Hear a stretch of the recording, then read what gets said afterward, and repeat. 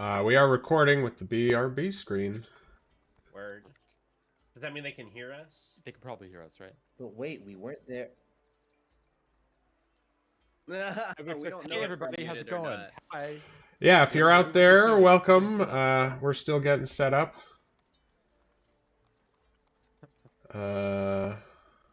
We stand with Ukraine and. Anyone know how in OBS, how I can leave the BRB screen up, but then manipulate one of my other screens? Or is that not a thing? Yes, but not in the context that we could do it literally right now. Okay. Well, that's okay. I'll work on it while intro's going on. Live. Yes. Fuck it. I'll write it. Well, welcome everyone to our fourth session of Voyage of the Fallen Star. I am your host, Zach. Will be the DM for this game. Forgive the disparity with the cameras for the moment. Anyway, yes, we are running Voyage of the Fallen Star, which is a whole 13-part adventure that came out between 2020 and 21 that I helped write and edit, and Chad also helped on it as well. Well,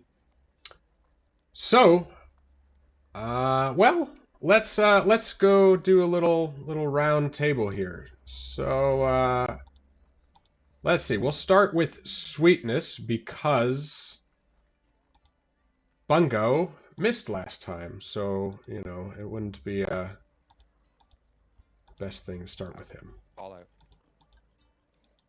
Hit me. So anyway, sweetness. How are you doing as a person, as Blake, and how is sweetness doing? Blake is a tired teacher, but Sweetness is a tired doctor, and yeah, I think it works out. So yeah, hi, I'm Blake. I played Sweetness. Sweetness is a scholar and doctor on board the ship, a ship surgeon, and yeah. Do you want me to say a little bit about what happened last time? Yeah. What were some of your favorite or choice moments from last time? Oh, choice moments. I really love a good fireside chat. It was really nice. I think getting vulnerable with sharing and really not sharing, but listening to other people share their secrets and their past and what they would do with the star. It was really nice to, I think, for Sweetness to hurt someone this time. Usually he's kind of healing. He got to break an ankle, use his sort of surgical knowledge to exact a little pain and punishment, but in service of the group. And yeah, I think in the tail end, Sweetness, I think, entering into this session, depending on how much time we have, is sort of starting off a little anxious. We've got this compass, and we're coming back into the city, and now we've got to start, figuring out what we're going to do next. If we're going to steal a boat, or if we're going to hand the compass over to Corvisa, and yeah. And that's kind of where he's at. Excellent. All right. Good to hear. Let me still getting this camera thing. And I'll pitch it over. Yeah. You can choose someone else. Yeah. Well, it looks like on the stream here that I had open that Ray's display is fixed now. Yeah, I got his, and I'm working on getting Austin set up. You guys need me to take it from the top? I could do better the second time, trust me. But we're just gonna cut, and we're just gonna go back to Blake's monologue, and we'll just roll it from there. But how about Ray? Since you are up on the screen here, and you've watched, you got the viewer recap. Since you were missing last week. I watched like the first third of the session before we started, so I basically caught everything up to the fireside chat and like a little bit after that. So I don't exactly know where all we landed off, but I see. it was interesting. It was interesting hearing the backstory of Varanus, because Varanus was pretty much the only person who decided to actually share their backstory. We did learn that poor Omarin's family has been kidnapped by Yes. someone or something, but we don't know what or why he kept Hey. those secrets close. So You smell What- that, boys? What's that? I smell me a side quest. Well, it just feels like we're playing a BioWare RPG and we need to get to know Omarin better before he will Well, reveal the full extent of his backstory. if we have any chance of romancing him later, we need to get his Yeah, I want to keep the romance path with Omarin open for sure. his disposition up high enough to unlock that. Right, so we Yeah. don't want to push him too early. Right. But yeah, Zach, I think the answer that you gave for Bungo was pretty good when we were On talking why he would about, like you the know, star. Yeah. Yeah, and what we would wish for, and sort of that getting the star is certainly a journey. But I think that the thing that you've overlooked, which makes me the professional that I am, is that I know that once I have the star, even though I have the story in hand at that point that will make me famous, what I need is a great marketer. So I'm going to wish for an incredible advertising campaign for my new book. Ah. Yeah. Wow. That Why wouldn't is- you it's- just Why wouldn't you just wish for a lot of people to love it? Why are you could like skip a step? That's cheating. That's cheating. They have to love the work on its own merit. That's not real love. Yeah. Good advertising is just getting it in front of them, you know. Somebody was raised Christian, Blake. Hey, Bungo, you know who's really good at advertising? Who's that? Church. Various demons or devils or. Yeah, but wishes that you make with like devils usually have some sort of like. I know stories, man. They have some sort of horrible twist Yeah, attached. saviors never have conditions either. Just saying, you know, if you wish for somebody who's great at advertising, out pops Asmodeus or something. We It's like, we "Sign don't here." have. We don't have a lot of historical precedent for the sorts of ironic twists that come with star wishes, so I feel more okay rolling those dice. Let's just make a pact now. If Osmodeus appears, we got the drop on him, we can surprise him, we just go for it. We just try to take him right then and there. Mm-hmm. Solid plan. Let's see. Well, yeah, Kylam was pretty quiet, as he sort of generally is in his armor and so forth. Sure. Yeah, I'm doing great. Hey, I'm Mark. I'm playing Kylam. He's a elf paladin. You know, I think last time we just got to do the like fight sequence. We got to do the bit with the ambushed by the bandits and stuff. I enjoyed pulling up my first smite. That was definitely like that's why you play paladin, is that we're here for the smites. This is like 90% of the appeal of the class. It was everything I hoped it would be. I hope One- the future to continue One this fight. shot, yeah. Are you gonna get emotional? Are you getting choked up? Holy shit. Yeah. I don't know. That kid just really spoke to me that I rolled high on my smite. But it's good. Well, you took out that bandit one stab. I mean, it was impressive. Yeah. You know, I think that was definitely like you can see why I enjoy the class there. Being cool abilities, cool stuff that you could do, and also just speaking to the character a bit of the fairly fearless about the risks of being ambushed, right? Like, not really too worried. Where the rest of you guys were a little bit, oh no, we're gonna hide behind this bush for like 10 minutes, right? Forget that. I'm out of here. And you tried to help an old woman. Yeah, I mean, you know, and her very lovely ferrets, which I totally took at face value, was why would you not have giant pet ferrets? Well, you know, yeah, just like dogs. I mean, don't know. Yeah. Yeah, I don't know. You're just traveling with your pet ferrets. I thought that was like Giant kinda ferrets too. Yeah, right. No, I thought that's kind of cool. I was like, that makes sense. You know, Yeah. They help protect you a little bit. You give them like some food, some warm place to sleep at night. I think it seems good. It's a pity that people are just exploiting animals like that. Violence. In general, yeah. Yeah. Yeah. Like a complicated feelings about police dogs. Hmm. Okay. Well, does anyone have anything else they want to add? Varanus? Sure. Well, I will say, well, I'm Chad. I'm playing Varanus, who is a dragonborn fighter, but more recently, a wizard. He did reveal some of his sort of sad story that has brought him into the adventurer's life last session. And I thought it was really cool that first encounter to kind of see everybody in action a bit. We'd had other encounters, but that one with the bandits felt like a good showcase of our party, and it was fun. Definitely, Yeah. Kylam was. I think the biggest part he left out was the very first thing that he did was after he got pushed, and I helped him down. He immediately teleported up and And then misty stab stepped that and bandit. started killing Yeah. people. So I just feel like that's definitely like in your opening credits montage.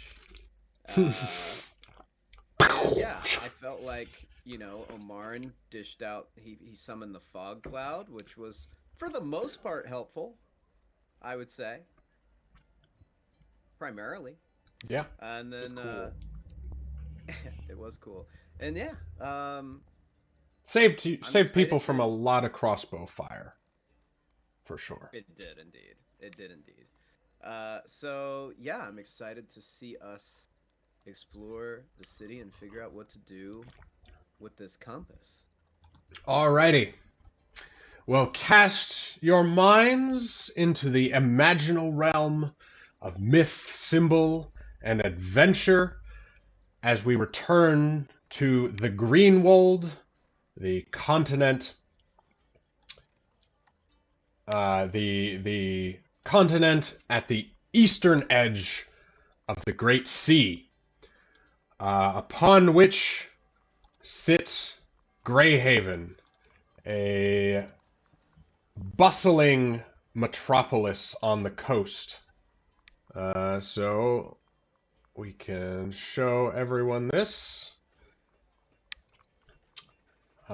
Zoom it in a bit. Yes, look at this place, right? It's got massive temples. The ship, the docks areas is just super expansive. A great stone wall covers the east side of the city, right, blocking any incursions from land. On one side of the city sits the Alabaster Tower, which houses the Alabaster Academy. This pretty much the main wizarding guild of this world. So more or less anyone who's had any formal wizard training or maybe generally arcane training will pass through the Alabaster Academy. However, they are known to be kind of uptight, stodgy, prefer tradition in their magic. The city itself is overcrowded, busy, and filthy, but remains a cultural and financial hub of the region. Of course, its wealth derives mostly from trade, right? As it sits in the best port along the Harpy coast. As such, anything you can think of can be found for sale in Greyhaven, aside from perhaps a fallen star. And, well, depending on what area of the city you head into, it might be really crowded. Sometimes, like, the crowds are just packed so thin as they move through the streets that you need to pay special attention and watch out for your purse as you move through. On the other hand, right, some of the city's wards also have giant estates where, the nobility live quite comfortably. And so overall in size, the city houses 35,000 souls, mostly human. but members of all races can be found, most notably dwarves, halflings, elves, and gnomes. So you guys enter through the northern gate. That was the sort of closest one coming from the bandit breaks. And yes, you pass through. You notice, several members of the city watch, right, are around the door and probably are the great gates, and probably more that you can't see. Of course, they sort of are just ushering people in, not looking you over too hard.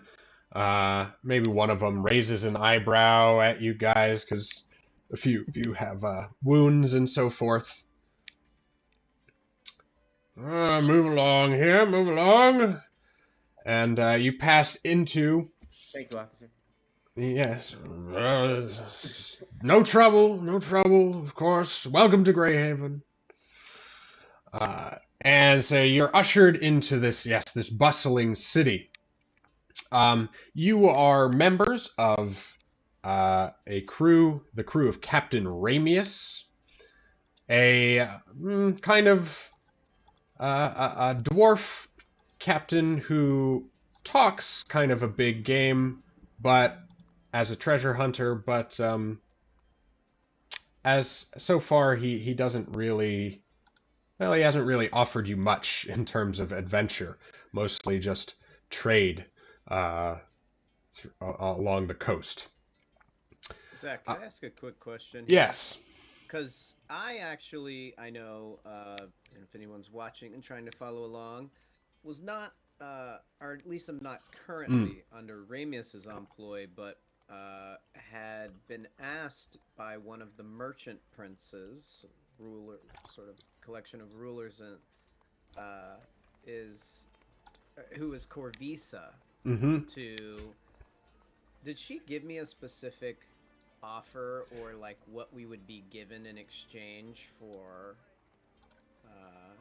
turning the compass into her? The implicit arrangement, you don't have anything in writing, of course, but the idea that you agreed upon was that she would start working towards getting a ship, finding a ship for you guys specifically, that you would be able to call your own and head out after the star. Of course, she said the wish would be belong to the merchant princes, as they are the ones that are sort of funding this. Okay, gotcha. So yes, she has a sort of base of operations slash place of business known as the Knox, which is in the old sewers of Greyhaven. So Greyhaven was once ruined, or several times over the centuries, attacked and destroyed, or partially so. And so there are old sewer systems and ruins that lie beneath the city, and full of, well, who knows. Some adventurers make a good living just delving in the sewers of Greyhaven. So yes, you know the name of her place of business, although you've never been there personally.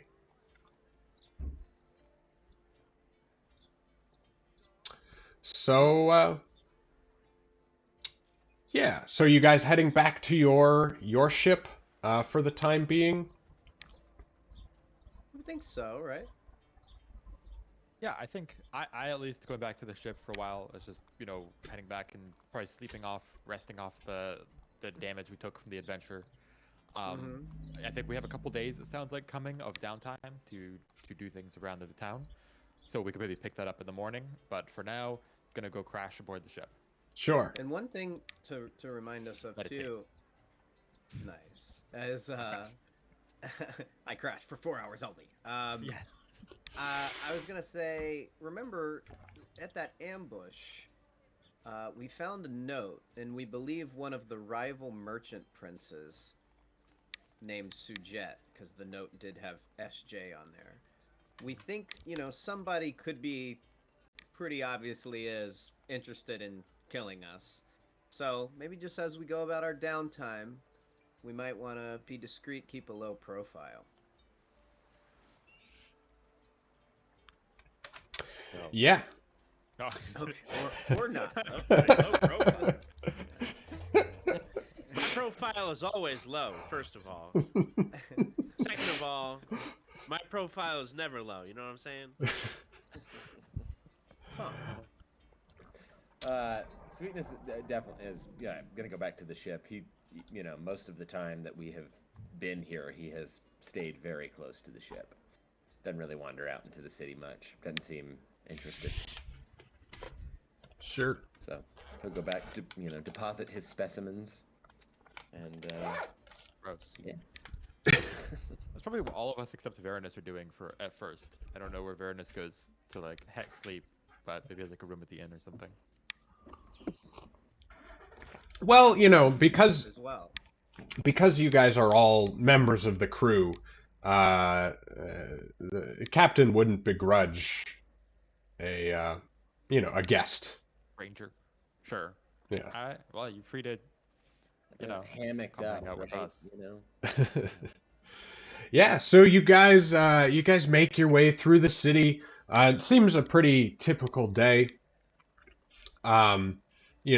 Maybe some darker clouds on the horizon over the water, but still pretty sunny. It's around early afternoon by this point. And yeah, you guys find your way through the bustling streets. The scents of the city, are very striking compared to the forest you guys were just sort of traveling through. Um, all kinds of rotten garbage along with, fancy perfumes, horse manure, all that good stuff. Um, Town criers, offering today's news. Uh, and yeah, you make your way down to the docks and back to your ship. Um, and as you climb to the top of the gangplank, you see one of the, you see what are they called? Deckhands. And she's like, "Well, you've returned, I see. What's you guys will go off ship for a little while and a little worse for wear."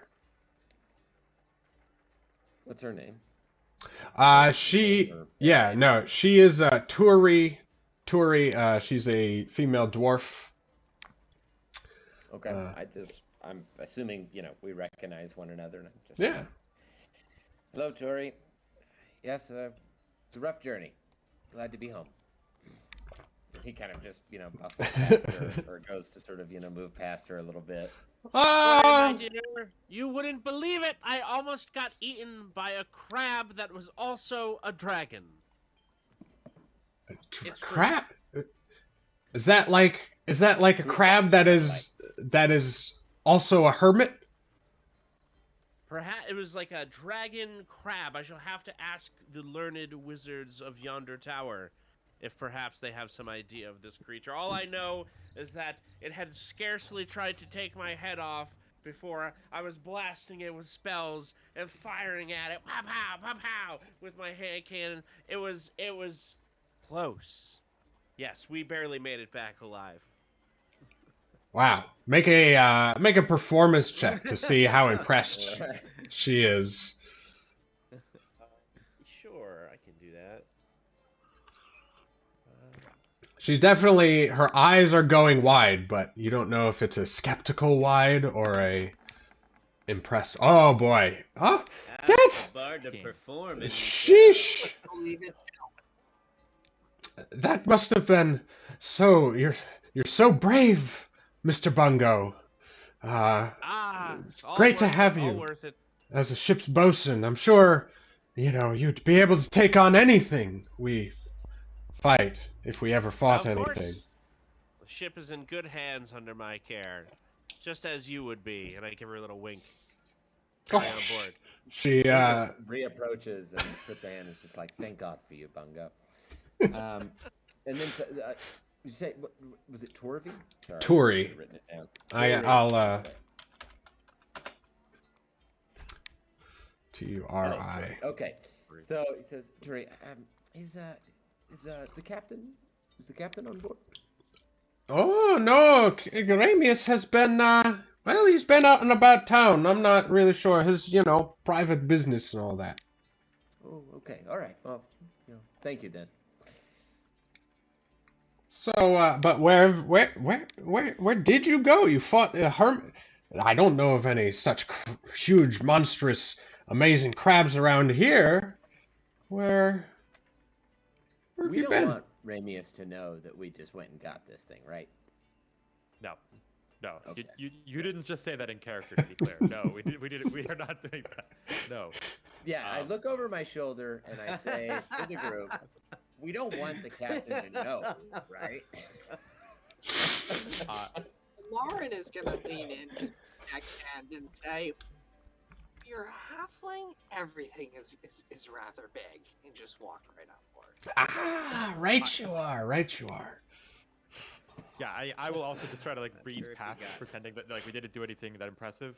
As I do, I sort of make cover my nose a little bit, or my nose, my helmet, right? And I'm like, I'm sorry about the smell. We got mugged by ferrets, and I just keep going. Well, ferrets too. This is just a clarificatory question. Did we tell Ramius at all where we were going? Does he keep any kind of tabs on us? So we were sort of just breathe again, up and disappear for.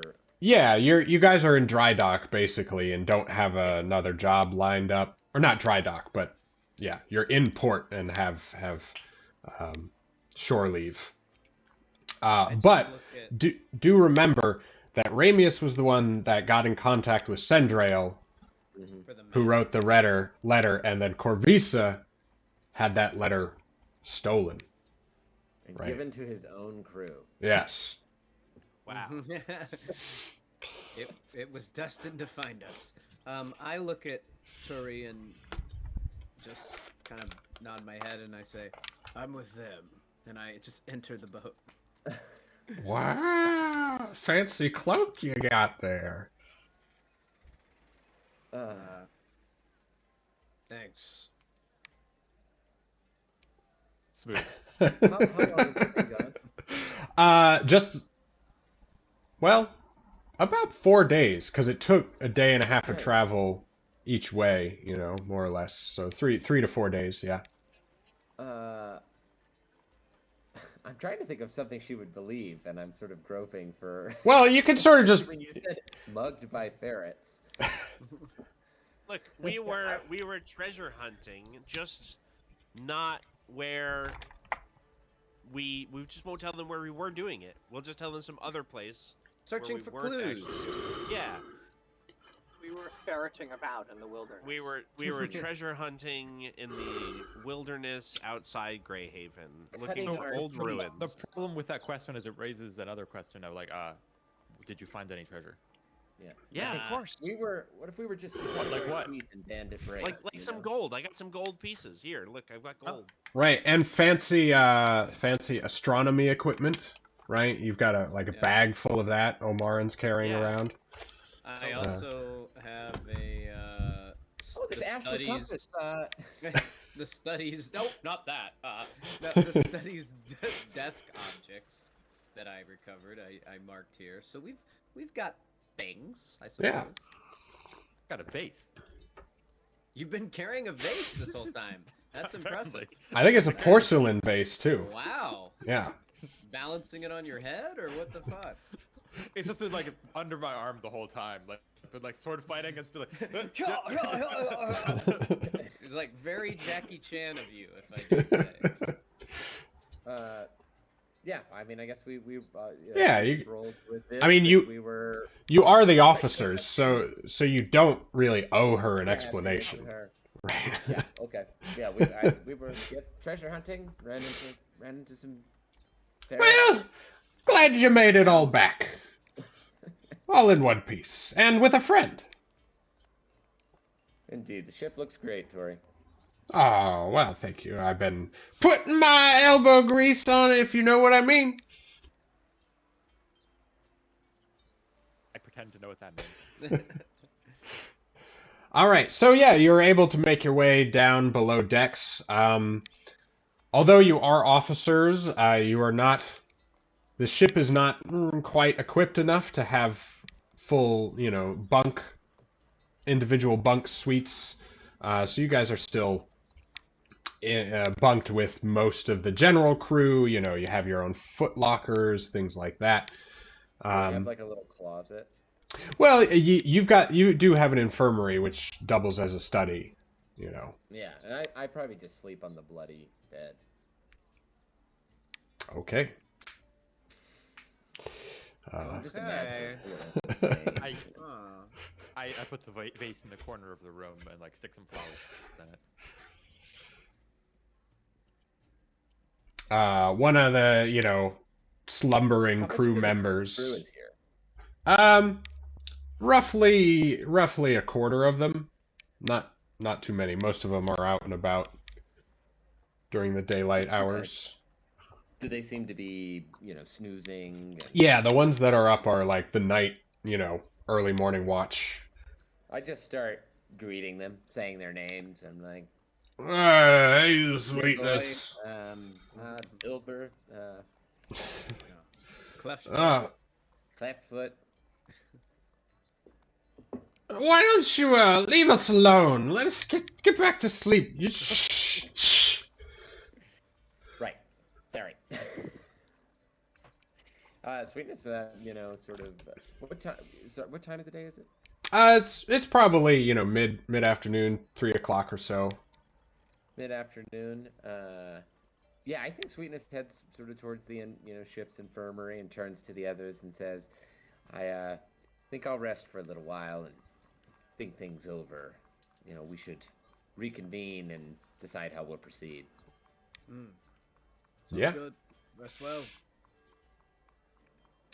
And yeah, he's gonna go. I don't know, have probably a glass of grog and kick his feet up. Cool. Well, I mean, yeah. You guys could basically fast forward to either to the next day, where we could start downtime stuff, or if you guys want to talk, sort of talk later in the night, make plans, whatever. How much privacy would we get aboard the ship? I guess I'll offer to Varanus because he sort of is just wandering onto this ship. He wants to rest a while in the infirmary or something like that. I imagine that, or maybe there's a bunk he can just take. For I sure. thought he was part of. I thought he had been on the crew for a little bit. No. My understanding.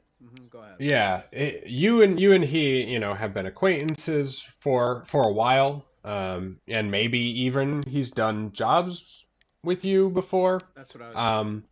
Okay. So, yeah, but he's never officially been part of the crew. Okay. Yeah. All right. So I think once we're in the, maybe of the privacy of the infirmary, or is there a bunch of other people in there? No one else is in the infirmary right now. Or you can go to one of the sort of map room in the ship. Let's do that. That sounds cool. Map room. Yeah. That sounds way We cool. could go to the crow's nest. Meet you on the map. There we go. Crammed up there. That sounds Yeah. windy. Maybe this was a bad idea. Let's go to the map room.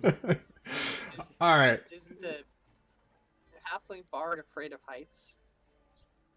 No, not at all. I just don't Everything's think a we height can when fit you're a 6 halfling people bard. in the. Hey. Just saying, All right, it's a lot so of- you had- it's a lot of people. Yeah, you head to the map room down on the below decks. It's basically just a larger room with a big table in the middle and some chairs. Could also be used as the dining room. pretty much. But of course, the deckhands keep it clean and have the maps and everything on there for when it's not being dined on. Do we see the keys to the boat lying on the? Let's just take it now. Yes, but the battery's dead. Does anyone have parts for a 88 Evinrude? Anybody?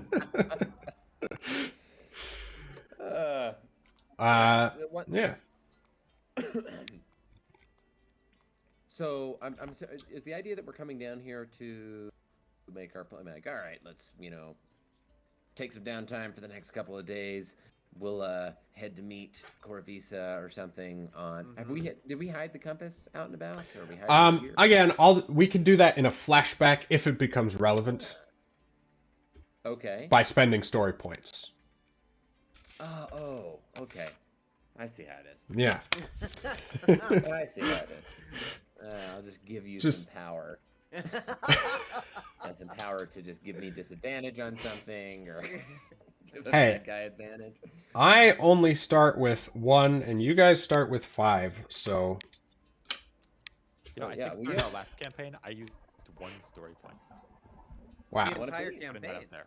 Yeah. Oh, wow. Okay. I don't believe in giving the DM power over me. I am the power over me. Yeah. That's the actual ideal that he wrote on his character sheet. Okay. Let's I think figure out it. I thought we had sort of decided last time that we were going to try to go see Corvisa. And I thought part of our interest was in seeing if she would give us right? But what we could do is we could do our downtime stuff first, which we could spend some of our downtime actions doing anything you may want to do before we do that. Yeah, that's what I was saying. Are we just, coming down here to confirm, like, okay? Yeah, basically. Right. That's what I was imagining. Then I say we do it, and then, we can do the downtime stuff. Yeah, cool. It works for me. All right, well, who wants to go first? Anyone ready? Bungo and Kylum, you said you guys wanted to do some carousing, I believe? Yes, sir. Resoundingly. So it's during the next day. What are you guys interested in doing? How do you want to carouse? What I picture that there's like local bars and stuff that all the sailors hang out at, right? When they get into town, they need to spend money, they need to hang out, they want to blow off some steam.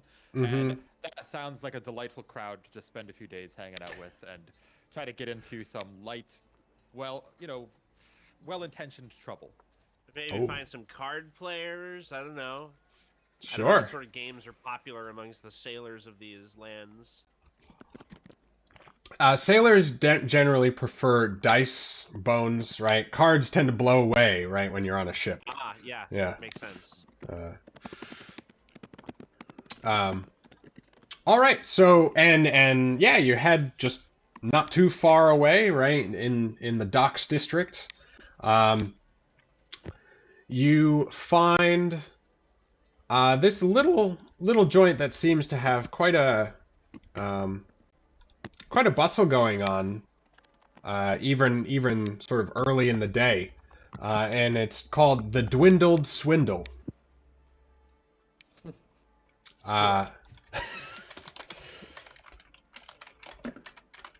And you make your way in, and you see it is fairly lively. They've got some sort of other musician up there going at just strumming the lute, nothing too raucous, but keeping a good foot tapper going on. There's some people playing cards, there's some people rolling dice. From sort of the side, there are some curtained off areas where colorful smoke seems to be issuing from.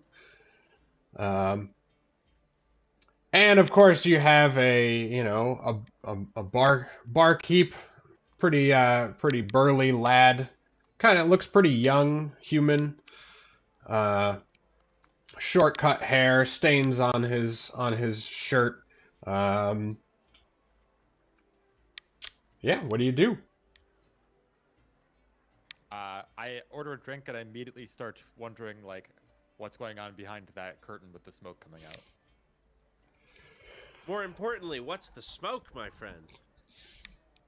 Ah, the smoke, you say? Well, that is our little back room experience for the very important people. Uh-huh. Yes, the back room How experience. important? I don't know Well, if you've heard of my friend, my very important friend here, Bungo. But hmm, I can't say that I have, but you know what makes people important around here? Is it round and shiny and rhyme with pork loin? He thinks for a second. More like you know, more like sold join. Yeah. Hmm. A coin. Oh. Yeah, I thought you were going for both, but yes, gold coins especially. Hmm. Hmm. Uh, go to like confer with Bungo, and it's like, do we have any of those? I turn out, I grab my coin purse, and there's no jingle jangles as I shake it. It's just leather. You're completely broke. I don't. Did we start with any money? I don't think I got any money. your background usually starts you with 10 gold or so. Well, whatever Okay. it is, we're both comically low on money and Yeah. really can't afford to be like messing around. Drinks. It seems like we don't have enough money to be considered an important person, at least. Let's put it that way. Well, You- maybe, I mean, you know, we are clearly very. Barkeep's like, oh, that's a nice necklace you got there, little one. You could, I'm sure, important people could part with such pretties. What? Because remember, What is he referring to? you'd picked up an amber necklace in the fungal room. Oh, yes. I don't even know what you're wearing. It was a while ago. Yes, I remember. The man can't even remember what he's wearing. Look at this. Well, You drunk let me already, tell little you, one? Not only is this an extremely valuable amulet, but I'll tell you what, this was recovered from an ancient temple, which I'm sure only increases its value tenfold. And I will unclasp it and hand it to him. And if I may say so, it goes incredibly with your shirt. Give me a deception check. Or persuasion. Wait, you saying it doesn't go well with his shirt? Like, Yeah, I mean, kinda. His shirt's bad. His shirt doesn't look like it's in a great condition. Yeah. He got it at Kohl's, the D&D equivalent. Oh, well, all right. He's like, you think? Oh, I've been looking for something to up my game with the ladies, you know. Well, it really distracts from the stains. So I tell you what, it probably brings all the attention to your good features. You know, All that right. nice, pretty, broad human neck of yours. Real good, impressive. Just for that, you know, he's like, and he quickly, you know, arranges it very nice, and he puffs out his chest and gives a little clap, and he's like, Margie, come, please take our two new, very important persons to booth number 4, please. Oh yeah, very important persons. Am I right, Kylum? Let's go. They do like a low 5 discreetly. And this bald she elf walks over she's got some, you know, very intricate tattoo work on her scalp and so forth. She's like, right this way, gentlemen.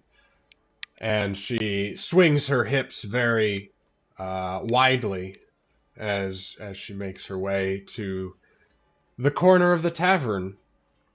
And she pulls open the velvet curtain. And inside you see a table with a some sort of crystalline vase, bowl, something or other in the center. And she's Lovely like, vase. please have a seat. What, Your what, deal with faces. what kind of smoke are we interested in today, gentlemen? Or lady, I really can't tell with your armor. What do most people get? Is there some sort? Can we get like a flight of smoke? Some sort of sampler? Oh, the What's VIP connoisseur, smoke? the connoisseur. Very nice. Of course, of course. We can even do multiple smokes at once if, Oh shit. Oh, Okay. I mean, you know, if you like what you taste. Sure. All right. Well, So, we'll start with the sampler. Yeah. yes, please sit down. Please sit down. And so she quickly hustles away, closing the curtain, while you two sit inside. Um, Around this table with the vase. does it look like something that we know how to operate? Like, No, it just looks like an empty vase. But soon you hear the clatter of elven footsteps coming again, and the curtain sweeps back, and she's like, "Behold, the greatest Torporson essence you have ever had the pleasure of. I guarantee it." This looks like some absolutely fantastic Torperson essence. Yes. Uh, and so she's like, We'll begin with the mugwort. It's a lighter, sweet kind of well, you'll see. Bit of an aperitif. Yes. Very good. This one knows. This one knows, she says. So she takes, it's like this little cake of some sort of, small, about an inch in diameter, that she drops into the bottom of the vase. And then she unstoppers a little crystal ewer or vial of, well, some sort of crimson liquid. And she steadily, very carefully reaches over and pours just a single drop onto this cake, and instantly this violet smoke starts to snake its way up from the vial, just and the smoke isn't moving as sort of just normal. It's got a will of its own, it seems, and it starts expanding into the room. And she says, "Gentlemen, enjoy." She leaves a little bell. Don't hesitate to ring when you want your next smoke. So she leaves all the other cakes, but she takes that vial of liquid with her. Okay. And yeah, the curtain closes, and soon the room is just fully Empty. So this is just like it's basically like they hotbox you. yeah. Okay. all right. I guess we both Right. breathe deep. Yeah, and soon you can start to feel all, this tingling all the way down from your toes to the tips of your fingers, right? It feels like your skin is almost coming alive, right? It can feel the feeling of your clothes are just amplified. That armor getting a little hot, Kyle? No, I mean it's You wanna cook it up? concentrating it even deeper. Like Yeah. the armor Right. is just full of smoke at this point. Yeah. Right, smoke. As you breathe in, Kyle, it's easy to see, right? The smoke rushes in through the nose plate, right, and then out through like the eye plate or the eye holes, right? As you're breathing in and out. And why don't you both make me Constitution saving throws? Well, well, Of well. course, this is against poison. Poison, if you have any resistance to that. I don't think so, actually. I don't think you do, but you know. Not at this level. Hey, 20. there we All go. right, both of you are quite fortuitous in the face of this smoke. Oh yeah. And yeah, you feel this calm and ease settle over you, and you think you're gonna be here for a few hours for sure. Uh, Mhm. and your mind starts spinning, right? These scenes of, well, your imagination just starts to light up, and you're starting, you're visualizing, you're getting these scenes, you're thinking of your future adventure, right? It's like, the promise of this star, the promise of your own ship, right? Out on the waves. Um, and Kylam, you're in your imagination, you're sitting on a white sand shore, sort of just staring off into a pristine Caribbean type sea. The water is this brilliant light blue. There's gulls cawing in the air. You can even see the water's so clear, and even though you're on shore, your elf eyes can pick out the individual fish that are swimming in the reef not too far away. Um, but from the sea, a strange wave starts to rise up. Uh, it's it seems to be concentrated in just a single place, like a pillar of water rising up rather than a long stretched out wave. Uh, and as you sort of stare curiously, this watery form starts to take on the figure of some sort of human-like creature, Hmm. uh, made entirely of water. And as this thing strides toward the shore, it's growing now, 25 feet tall, of this watery man or elf or some sort of thing, and you can see all this like sea life is swimming through this figure, right, staying within the bounds of of its watery form. And at final last, like, this neatly trimmed seafoam beard emerges around the face of this figure, and a couple of shellfish are suspended where the eyes would be, and they sort of, their shells roll over, and it looks like his eyes have opened. Uh, And in my imagination, as I'm seeing this, right, I'm not like yeah, lying on the beach right, anymore. right. I like stood up and I like really slowly walking towards it, the person, right? Like whoever this giant figure is Yeah. like, I am not like afraid of it. I am not like in my, I'm very relaxed right now. I'm very like taking this as it is. And Sure. it's like, oh yeah, I'm just like so approaching the like as it's coming to the shore, right? I'm Yeah. also heading to the water as well. Like we're both like walking towards each other. Cool. And as you do, you can the waves on the sea almost surge forward to meet you, right, and to greet you. And as soon as you touch the water, you hear a voice in your head, Kylam, Kylam. Huh?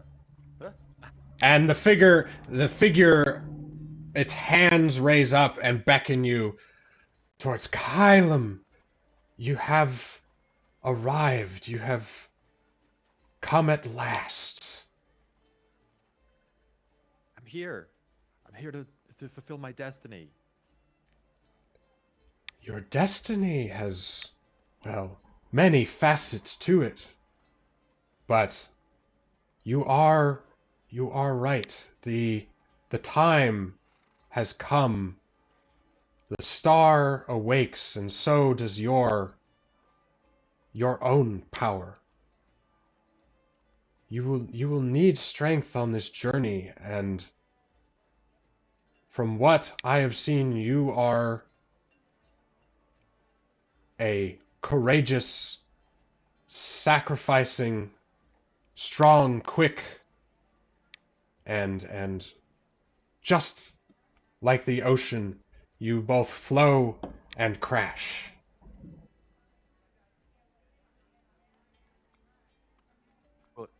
Will you lend me your power?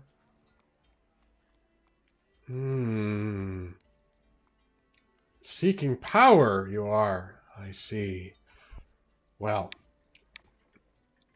that has yet to be seen, but, continue on your course, and you will find that power. It may not be mine. It could just be your very own. But know that you belong to a legacy far more rare and special than you might even imagine. Who are you? Ah, finally, a question. I am the face of the deep. I am Corinas. Well, I am not from the material plane, and yet my power resides there for now. And it was your ancestor that I first bestowed upon that blade you carry. Yeah, and I at this point of dream, like I'm literally holding my rapier. Yeah, sort of. You just look down and it's like, oh, Yeah. I'm holding it, right? And you can see the sword again. It's sort of shimmering, right, with this sort of watery sheen, even though you haven't touched the water at all with it. And you can feel this hum and this almost like this low whispering of voices. And she said, Carinas says, yes, your ancestors still reside in that blade, or at least some part of them does. They will help and guide you as you move to embrace your destiny. I see. Thank you for this treasure, and thank you for your blessing upon my father's blade. You have earned it. For You're on now. drugs, dude. Is it real?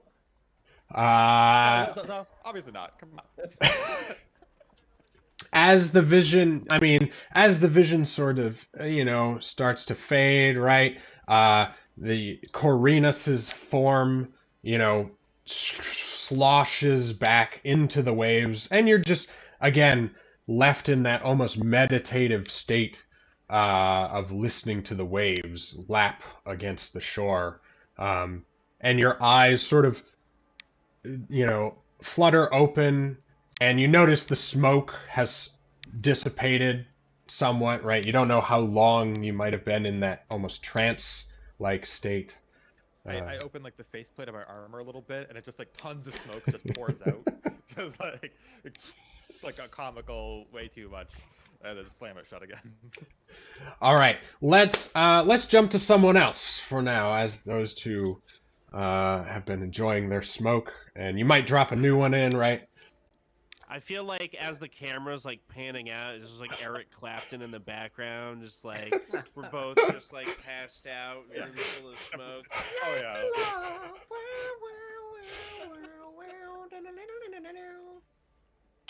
And we just cut to the next scene. Yeah. Good job, man. You're gonna get a copyright strike for that. Yeah.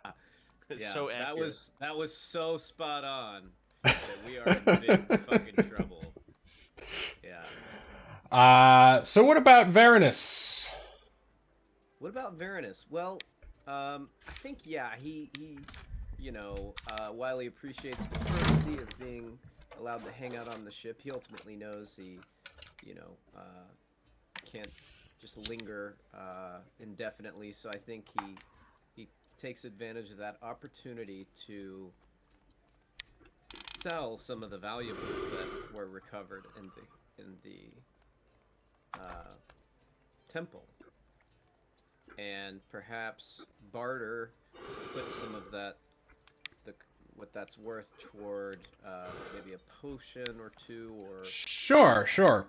Well, okay. Are you looking for um, more healing type potions or antitoxin or more like magical, effect potions? let's just start simple. Let's do your healing and anti. Well, we do have the services of sweetness, That's which true. probably Um, covers a lot of that. So I tell you yeah. what, So, how well, about other types of potions? sure. Yeah, the reason I sort of ask is because only only certain organizations are allowed to deal in sort of Mm, uh, health potions and things like that. Only temples, basically, um, mm-hmm. because in the past a lot has well,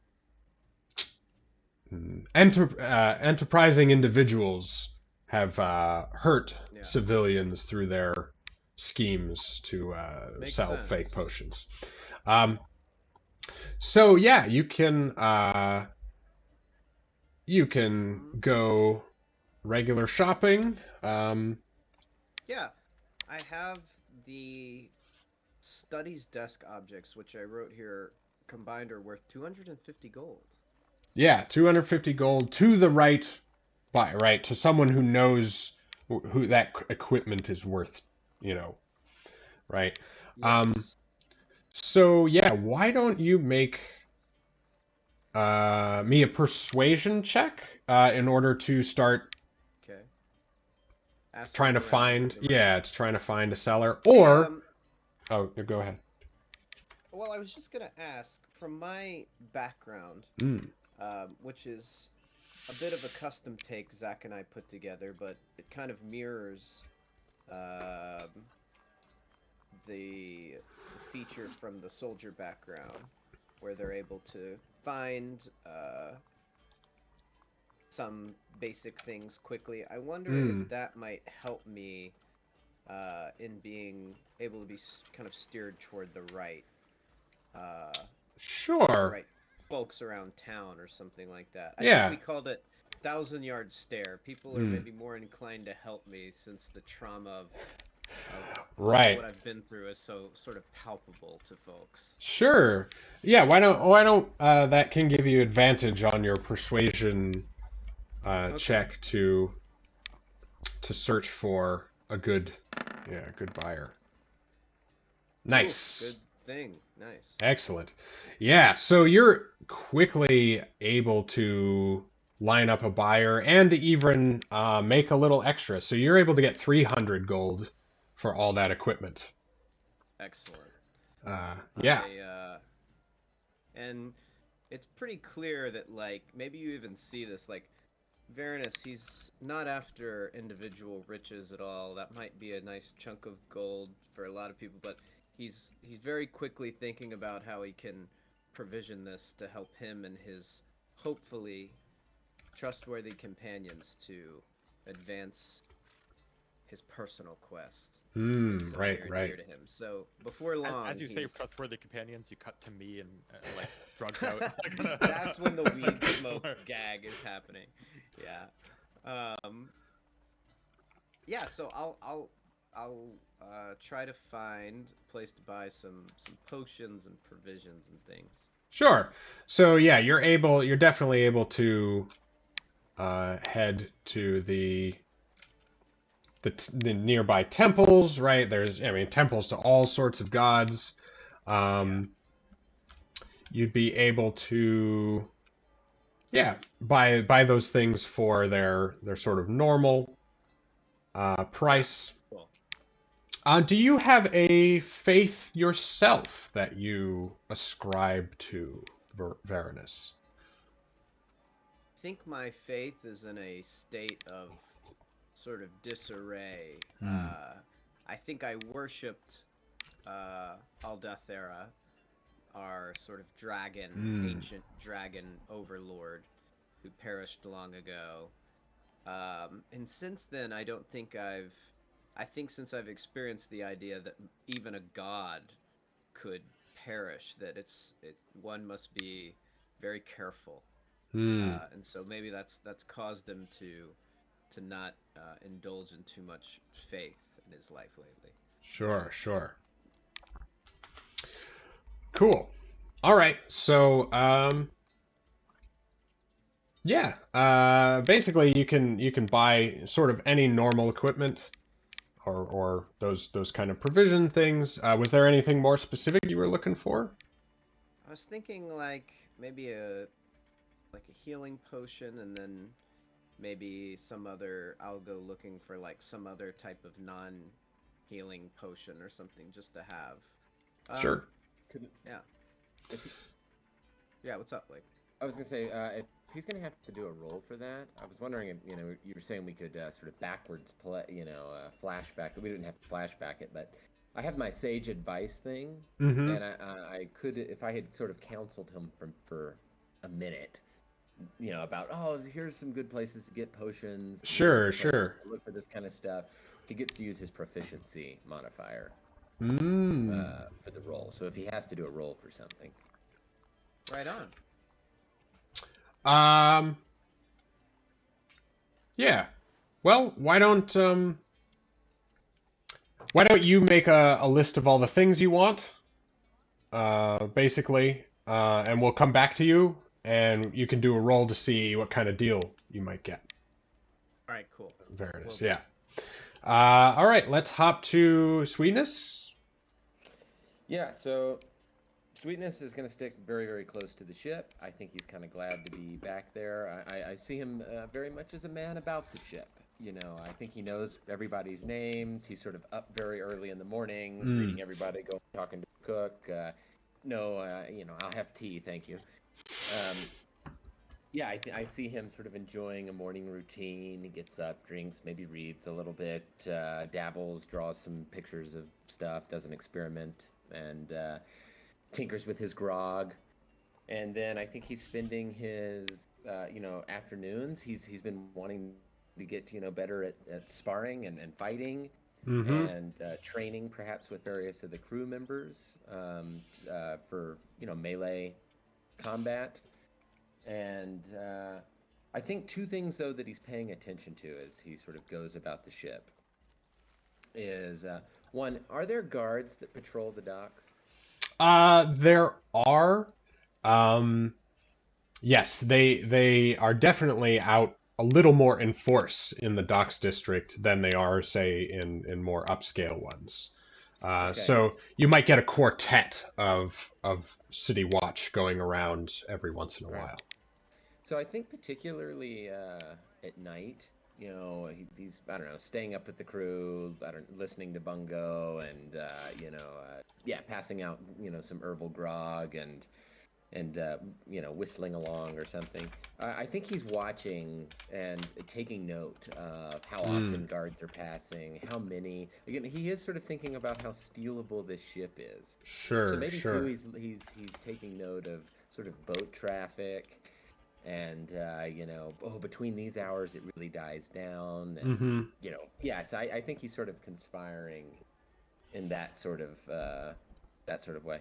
Oh yeah, Sure. and sorry, and he's working on his tattooing His tattooing. occasionally. Right. He's Yeah, trying he's to got some learn. needles and he's just trying stuff.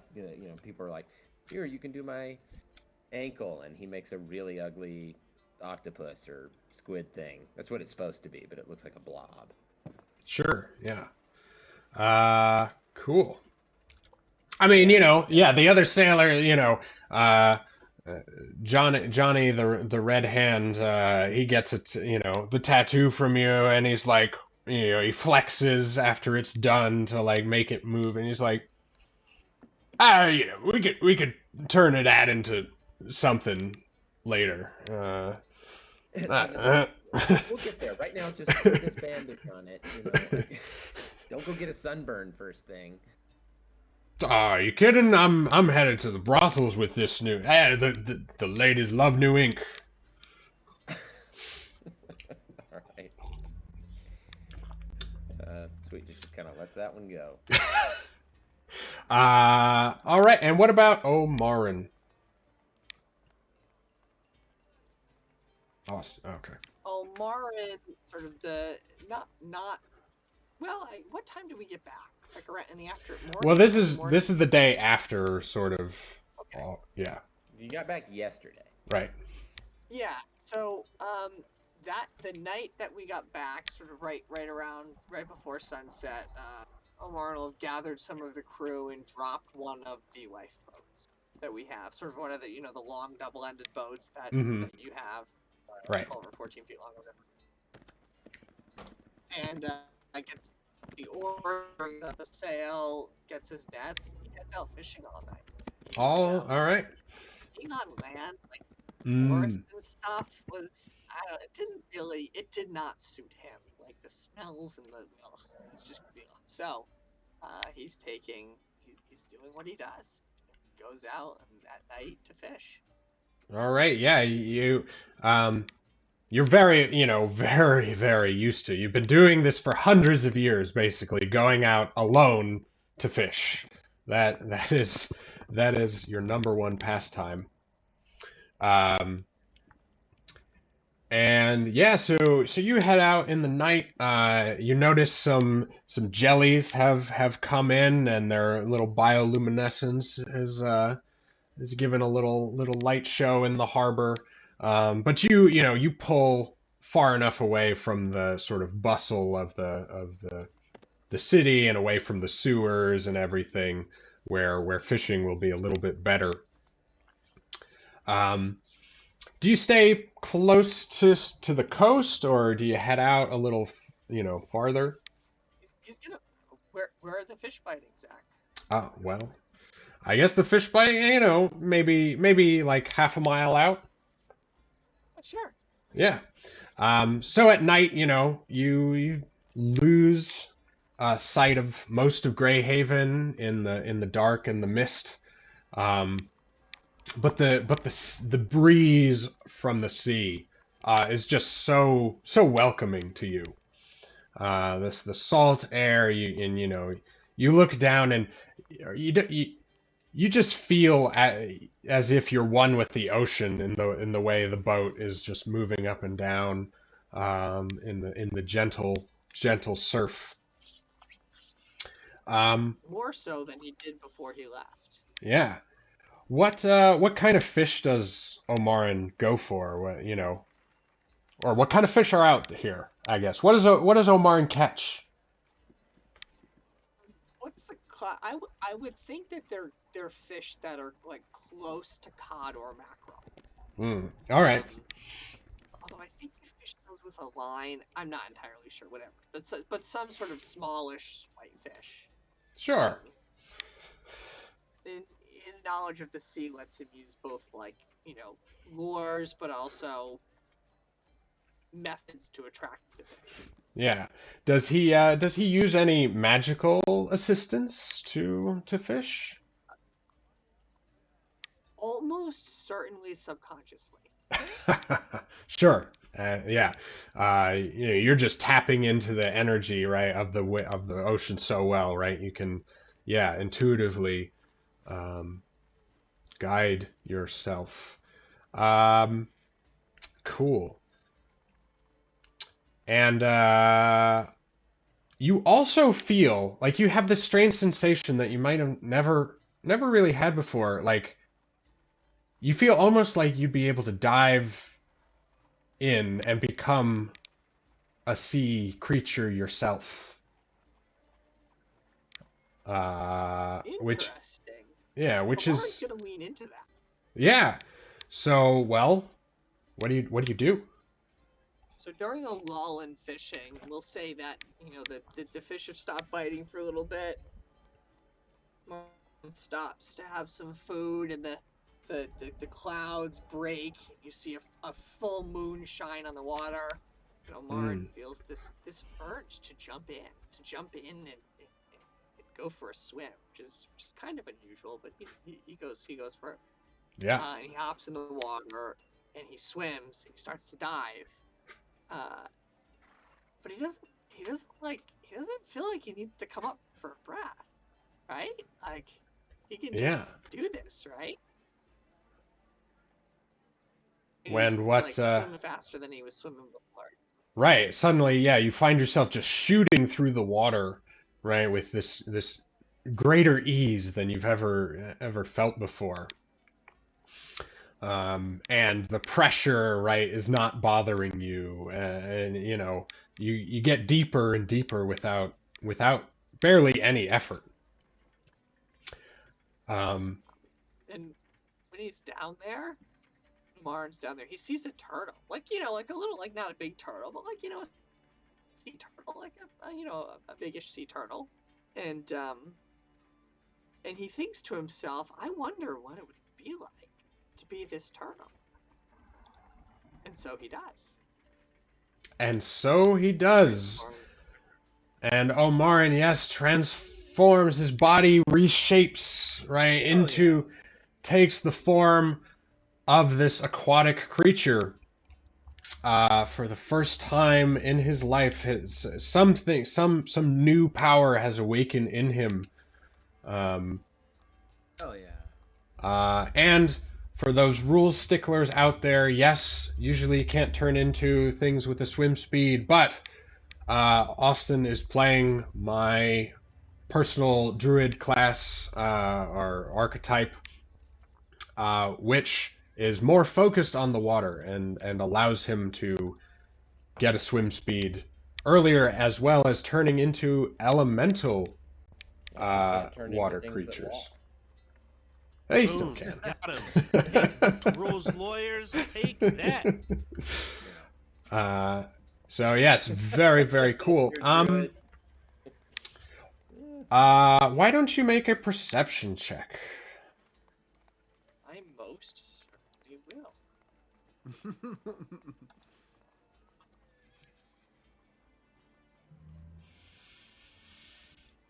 All right. I like the idea that there's this one question everybody's asking. It's, how come you can turn into something with a swim speed? Well, usually druids don't get it till level 4, so yeah. If that was your first reaction, let me know. Luckily, as you're swimming around enjoying tortoise or turtle life, nibbling on some kelp reeds that taste like even better than you ever thought, before, right? They're just they got this very, very salty crunch, but you're in tune with the water enough to see a larger shape move over your head, or above you, blocking out the moonlight temporarily. And you can feel the tumult in the water as oars on both sides of this ship passing overhead are churning the water. It seems that this ship is heading toward Greyhaven. Interesting. I'm gonna pop up and see what's going on.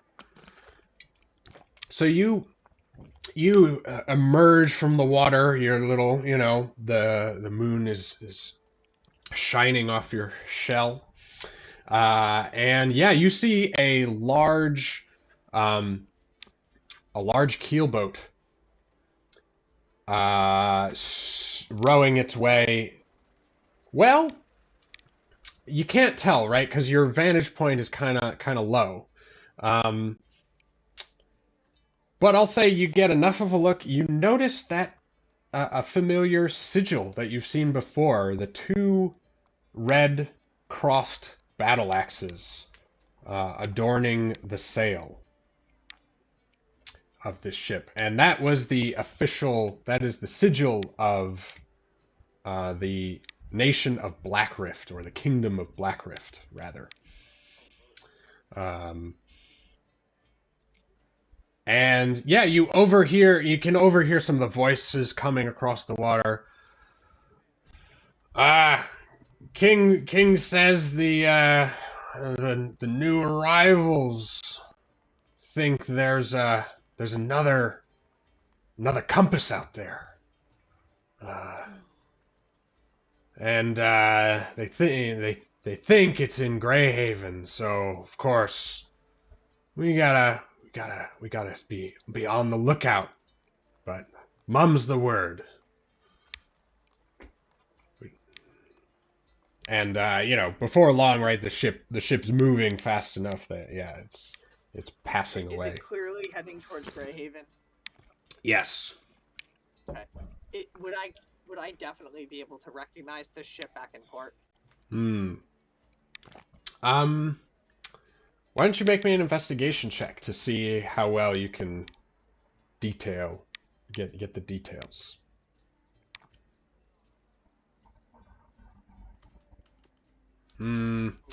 Yeah, this with the turtle's eyes really aren't made for that, unless you become something other than a turtle. But the turtle's eyes are not quite made for that kind of close, detail. So the ship is. Turtle eyes have nothing on elf eyes, not even close. Yeah, pretty much. All right. So why don't you make me a check using your fishing equipment, like if that counts as tools, or maybe just an attack with your net or something could substitute. Would it be a survival check? Why not? Yeah. Okay. That makes sense. All right. So you can mark that down.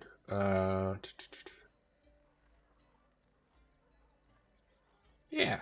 So your background trait allows you to automatically make a certain living from fishing, right? Yeah.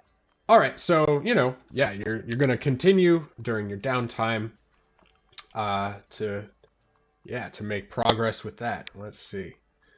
Moderate lifestyle. Cool.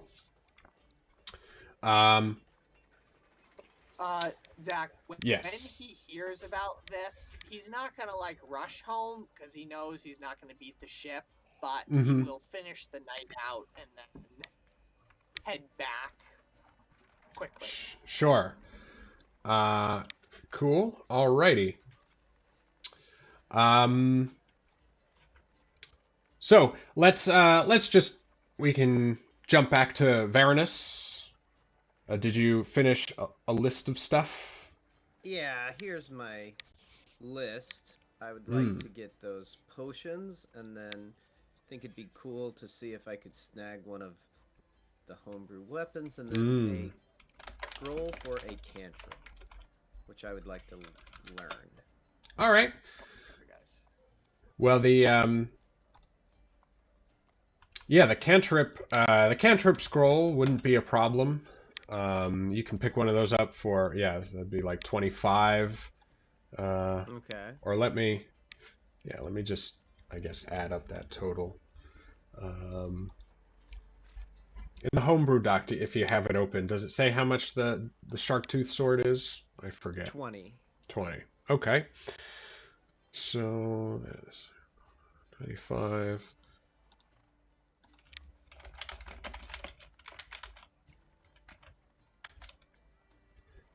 Potion of water breathing is... Alright, so the potion... So you're probably looking at overall 200 gold pieces as the going rate. But again, you can make another persuasion check or some other check if you'd like. If you have Well, if that would an maybe approach. allow me to leverage some advice that Sweetness gave me about these merchants and what they like to hear Mm-hmm. and so forth, Sure. and have a little bonus that certainly give it a whirl. So it would be I add my proficiency bonus, Mm-hmm. right? Here we go. Hey, Uh-huh. great. Yeah, you're able to knock. Um, yeah, you're able to knock 50 gold off that price tag. So for 150, you I can get get that stuff. all your stuff. Yeah. Would it be safe to assume that I have enough downtime to go ahead and learn the cantrip as well? Yeah, you could scribe that as part of your, part of downtime. Etch it Mm-hmm. into the tome. I think that's what you would see me doing a lot in my solitudes, Mm. like back maybe lingering in the ship, maybe hiding out in the infirmary. I have my tome open, and it seems like I'm really intrigued in this notion of like the ghosts that we saw and exploring like magic and how it can, you know, bring someone back. I may have even mentioned that when I was at the temple purchasing my healing potion, and it Mm. seems like this spark of an idea that is like, uh, maybe he's teetering on obsessed with. Just as one little flavor note there. Sure, sure. Um, cool. Yeah, so All right, that's cool. great. Um, and yeah, so let's go back to Bungo and Kylum, where you guys have now, tried several flavors, scents, uh, stimulants of various sorts. You notice that each one affects your senses slightly differently, right? Like some of them again ramped up your ability to feel, touch, right? Others ramp up your hearing more, right? Or your sense of smell and taste, and some, platters of cheese and fruit, right, are brought during these things so you can munch a little bit. Uh, play up the tastes as you go through. Mm-hmm. Uh, so you guys, for carousing, um, Kylum, are you just gonna do a sort of normalish carousing, trying to make sort of potential contacts? Yeah. I mean, I don't have any.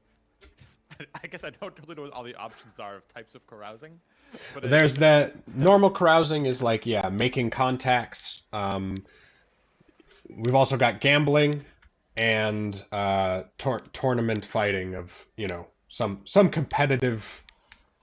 if Uh, somebody offered the tournament fighting, I might be game. But I think I'm more than happy to just make friends with the locals, right?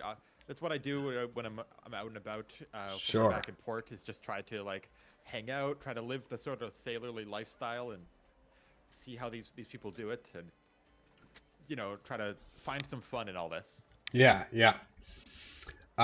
Cool. All right. Why don't you give me a persuasion check uh, Cool. as you go through this week of carousals, right? Starting with this smoke experience.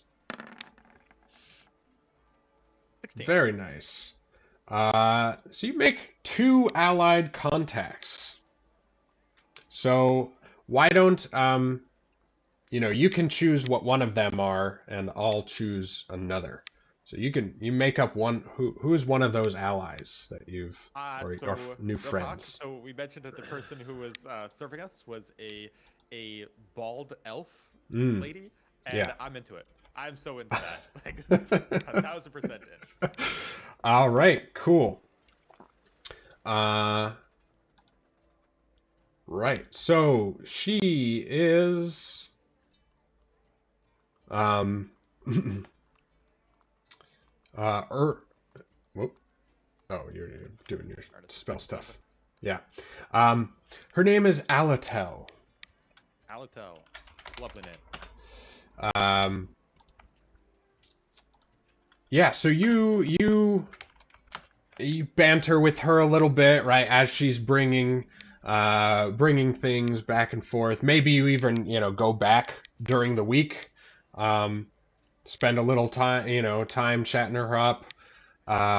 She, you know, she finds you pretty dashing. At least finds your armor and rest of your equipment pretty pretty dashing. As elves, we all see, like the inner Ah, life of right. people. We're not judging. We don't judge based on like appearances and stuff. It's all like you talk to someone and you make a deep spiritual connection. Also, the bald thing is great. Yeah. Um, cool. And you make another ally. Well, I'll give you that later. But for now, Bungo, you said you were into some gambling Yeah, for boy, the let's roll rest the of your dice. downtime. All right. Throw the bones. Well, starting at 10 gold pieces for the ante, and of course you Good can thing make, I have exactly 10 gold. yeah. Well, the ship did get some funds, so if Varanus would allow, because I he could lend you sold some that money. equipment, right? If you need another 10, I'm here for you. Oh, okay, all right. Well, let's start with that. We got 20 here. All right, 20. All right, so you will need to make me one of several rolls. So how does Bungo play? Um, does he play fair? Does he cheat? Does he try to read the other players? Was Bungo he? does not try to cheat. He is a believer in whatever god of luck exists. You don't want to fuck with him. And Mm, cheating in games of chance is like a sure way to draw the ire of whatever luck gods may exist, I believe. yes. So, he plays fair. He definitely is interested in trying to read the other players, though. Being a people person, a Mm, storyteller, a bard, he tries to use his emotional intelligence to his advantage, maybe to goad his opponents into making bets that they shouldn't make, or playing a yes. little riskier than they should, that kind of thing. Cool. Uh, all right. So why don't you make me an insight check? Okay, okay. Um, womp womp. Ooh, yes. All the time, in your head while you're playing, you hear this voice, whispering to you, "Oh, that's not the card to play. Oh, don't, don't, don't re-roll that one. Oh, Jesus, what are you doing, Bungo, me lad?" I'm just like, and under my breath, I'm just like, you don't know what you're talking about. Just let me handle this. Like, trying not to appear too insane. Yes, for those who are not returning viewers, Bungo is currently possessed by the ghost of a previous former halfling adventurer, who Bungo is helping to complete this ghost's unfinished business. Who is obsessed with the treasure of Scarlet Kate, as well as the astral compass. He prefers to keep it. Who isn't these days obsessed with the astral compass? Sure. Um, All right. can you So remind me of his name though? I'm sorry, I forget his name. Magnus Magnus. Varelblock. Yes. Okay. Yeah, Magnus, pipe down. I know how to gamble. You haven't even, this game probably wasn't even invented when you were alive. Okay, let me handle this. There's a gnome looking up from out of his cards at you across the table as you're whispering to yourself. Sorry, I indulged in a bit too much of the smoke earlier back in the VIP section. I'm a very important person. Uh-huh. Anyway, let's continue. All right.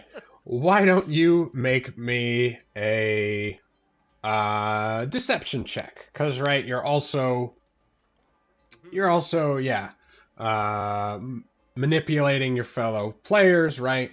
A little bit of bluffing. Yeah. Oh, very nice. So you have one failure, one success so far. Okay. Please just end up gambling better than you did in our Star Wars game. Or was that the one where you... No, I'm trying to remember. Koro was the big winner. Cora was an That's excellent what gambler. Yes. I'm sorry. Yes.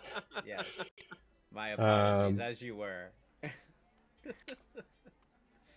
Let's see. Why don't you, for your final check? Your Bungo tries to play up his important, persona, right? Trying to make himself feel or seem like a bigger deal, right?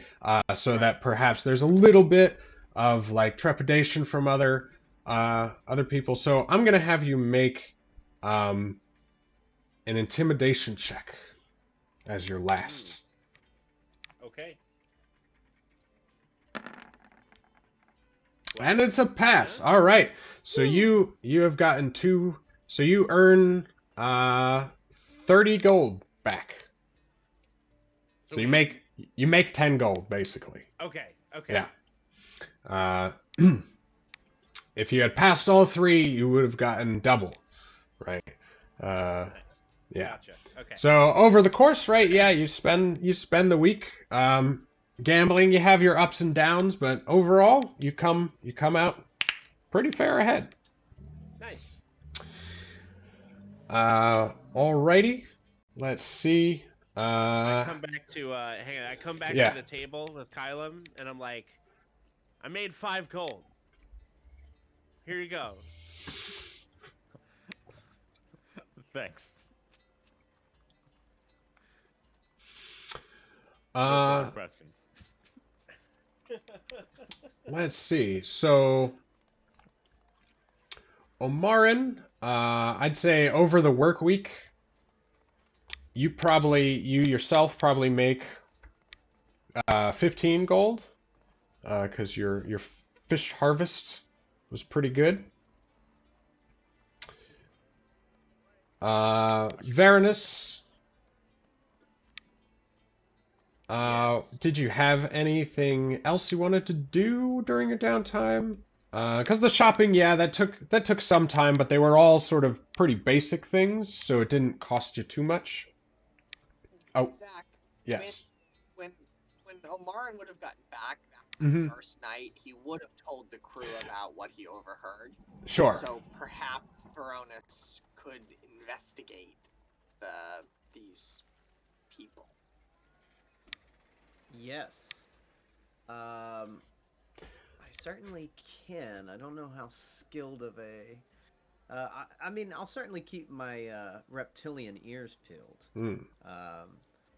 But I'm willing to look into that in whatever downtime way is possible. I think I otherwise just... I don't do anything super mechanically other than it. I'm reading on the Sharktooth Longsword. You have to spend time. It's an learning exotic. how to use this exotic weapon properly. So I'll sort of devote the mechanical time that I have to learning to use that. And maybe that's a perfect opportunity to be sparring with Sweetness. With Sweetness, yeah. Yeah, he mentioned. Just thinking that. Yeah. I was imagining us sort of small talking in between, drilling a few strikes and contemplating ship stealing and just. Where are you guys doing? You guys are doing it like on deck on the ship? That's what I was thinking. Yeah. Yeah. Yeah. Out, shirts Right. off. Well, do you sweat? Yeah, I mean, I do, and then as long as I keep this damned cursed robe on, You're just wet. Right, his robe is constantly sodden with seawater. I'm probably not wearing it during my downtime, but I think as I'm starting to put two and two together a little bit, having not like worn it as much, and I'm just sort of give it this like curious look as it's like hung up somewhere, probably in the infirmary, all wet. I'm just like, huh. I mean, it's still dripping wet, like when it's hanging up elsewhere, because you're still attuned to it, right? I've put it in the sun multiple Yeah, times, yeah. thinking it's Sweetness doesn't come want out it and dry, and I'm like, infirmary. what's going on here? But no, yeah, I think that's pretty much what I'm doing. So, do I know how to use it, or let me read this again because I I think think it said. I think it says you need to dedicate a full week to it, so you wouldn't be quite proficient yet, is what I'll say. But soon. Gotcha. And of course you can wield it if you want, right? You just don't get your proficiency bonus. Yes. Yeah. Okay, cool. So I'll just mark that I've spent some time toward it, but not all. All right.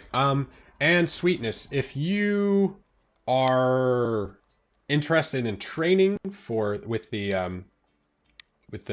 tattooist tools, like actually mechanically training in it, you will need to spend 25 gold pieces on materials for the week.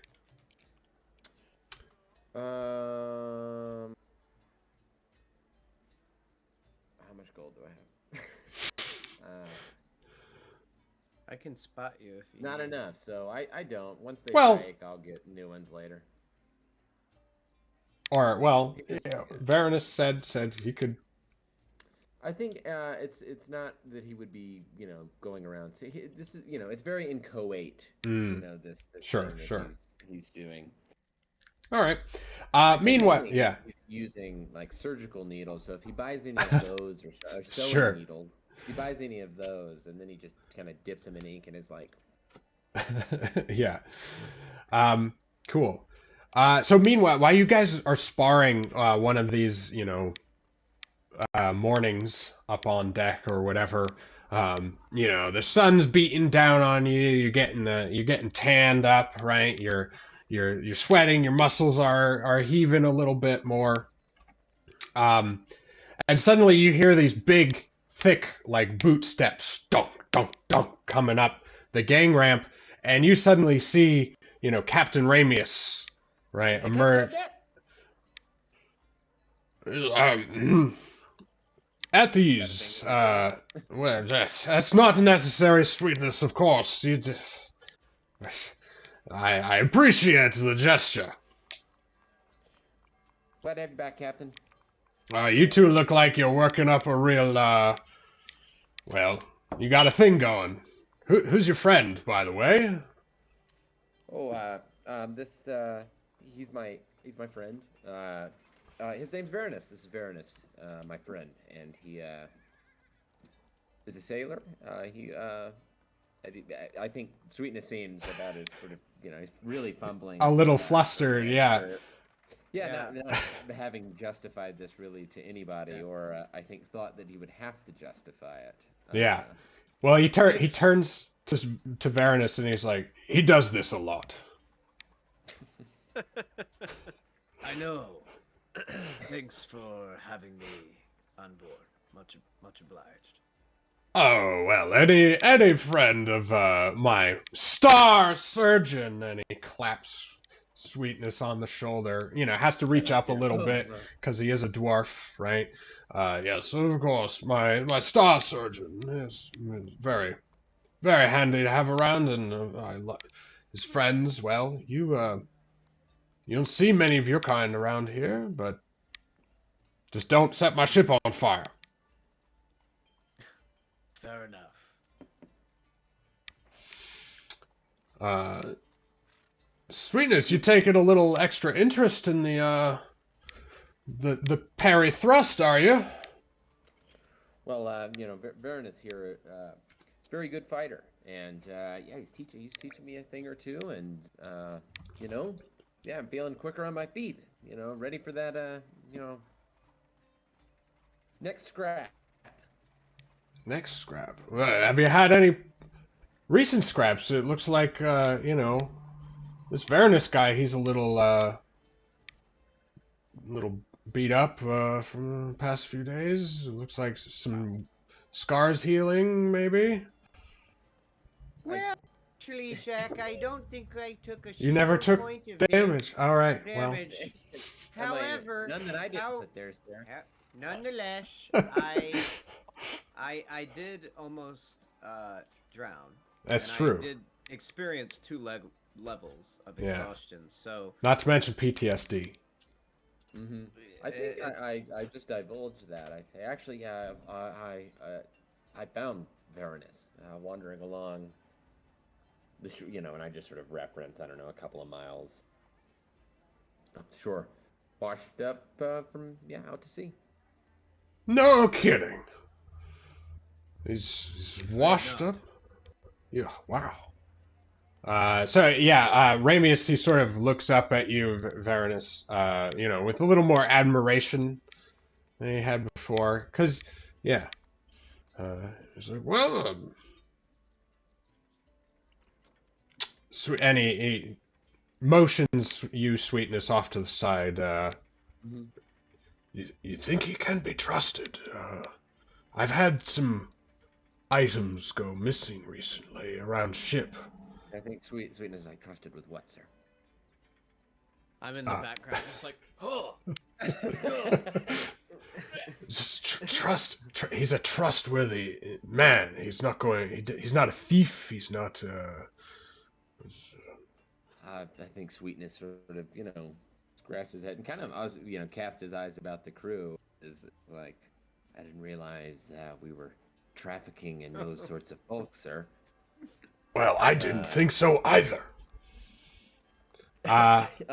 Sweetness, starts to understand. I hadn't really thought about it. I met him. He seemed the worse for wear. I brought him back here, fixed him up, and he offered to sort of help me with my sparring in return. And I haven't told him any. Is there anything that I would know that he wouldn't have wanted me to tell him? I know that Ramius is after the star. Do you know about that he is sort of in contact with Sindrail? Yes, right. You had heard him mention, right, this crazy sort of mage that he'd hired to do research. But why don't you make me, while this is going on, a deception check? Yeah, right. That's not great. Sweetness is not. Oh boy. Oh boy. Okay. Oh boy. 2?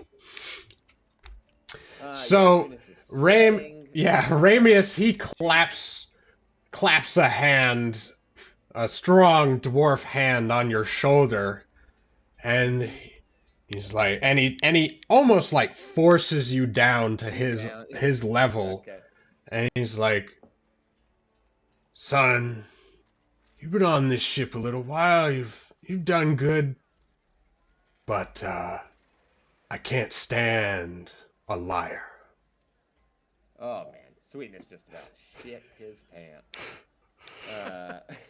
I think he's very scared. I think his brain is scrambling. He doesn't know what to do.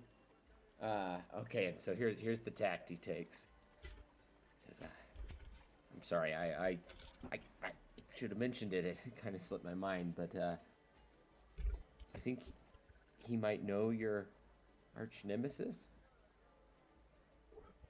Ramius's eyes, go wide, and he turns. He's like, who? Tell me. Which one? He's sort of like Corvisa. Ah, curse her blasted heart!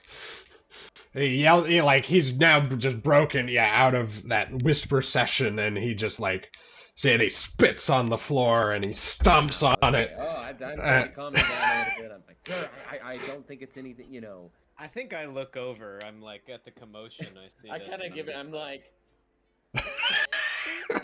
And Ramius is now glaring at you, Varanus, and he starts to stomp over, very slowly but sturdily. And he's like, Tell me now, Dragon Man. Do you know Corvisa? And I kind of I'm like. behind it, being like,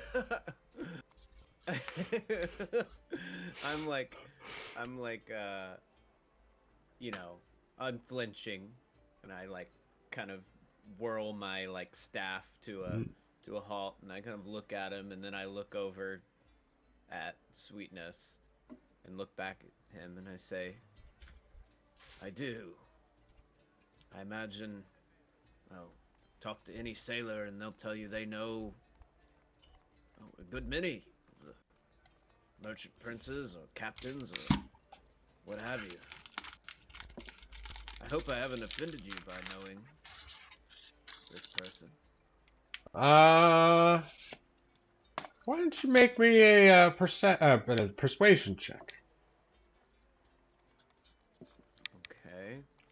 Don't forget, there are story points available, and many of them. You could also even spend them for narrative effect, right? Remember, not just advantage or anything. I'm like, for story point, Ramius isn't pissed off. Seems really fine with it. You know what? I'll just roll this one, but that's a good reminder to Right. have. Let's see what happens there. Thank you for that too. I'll do my best. All right. All right. Yeah, he's mollified. He's like, well, I mean, I guess. Well, I think I see an opportunity here, and I see, and I say, well, if there's some reason I should feel the same way that you do, is there? Oh, she just makes a man's life miserable, that one. She just, well, maybe not any man. When she chooses you to pick on, she's pretty cunning. You could see all these like old emotions are playing over his face, right? She's really had her way with this guy by the looks of it. Okay. Yeah, many a times he's been either cheated or deceived or, something. But of course he's gotten her back a fair amount too. Well, dang, that would suck if anyone cheated or deceived you again anytime recently. No, so I just kind of, Varanus nods along, and he says, my people operated a lot differently than these merchant princes do.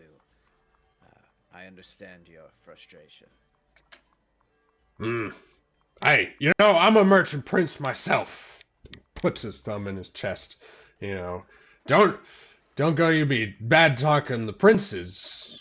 Well, just the unsavory sort, not like yourself. Oh, yes, of course, yes.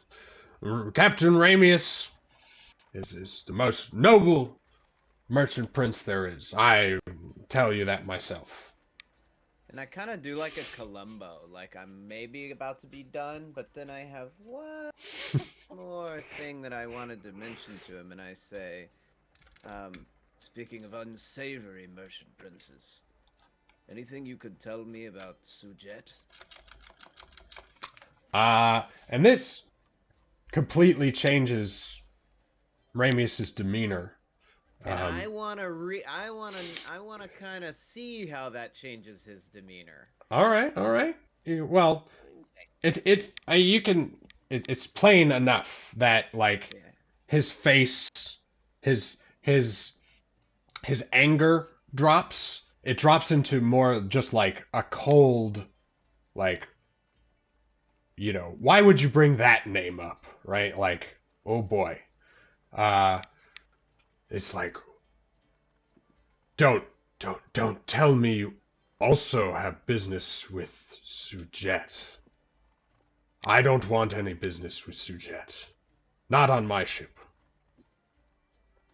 Not in my port, if I can help it. Sujet keeps to Slew, mostly. But why do you ask? Well, I've heard similar tale. Someone dangerous, not to be crossed. Thought maybe um, you'd have more insight. Um, yeah, Any recent, any recent, maybe I'm fishing around for like, obviously, I know and the rest of our party knows we were targeted by this, and so I'm gonna get a read on him. Has he heard anything about, trying to fish out some information like? I see. Yeah, you can make either an insight or persuasion check. Let me try persuasion.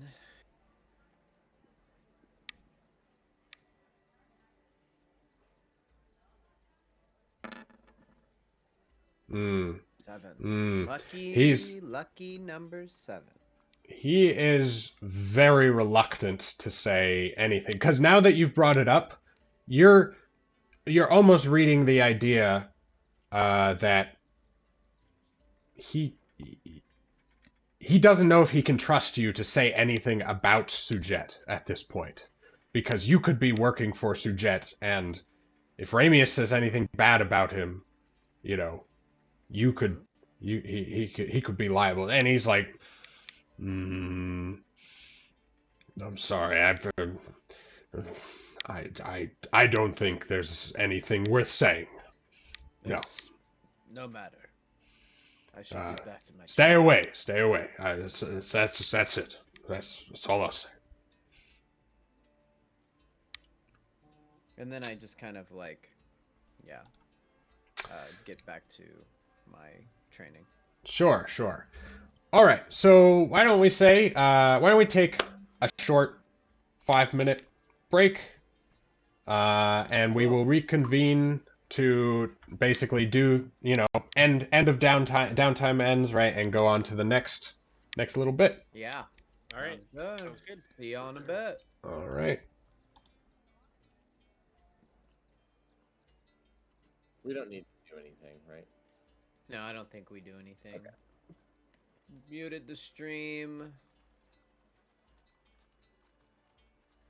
Cool. Well, I'll take this opportunity to have a little smoke. So for what it's worth, we're not muted on the stream. Oh, we're not? Yeah. This is last time this happened too, so I want to warn you all that Okay. we're on stream. We are broadcasting audio right now. We are hello. broadcast. Hello. Damn it. Those at home. Sorry. I guess I don't know how to do that with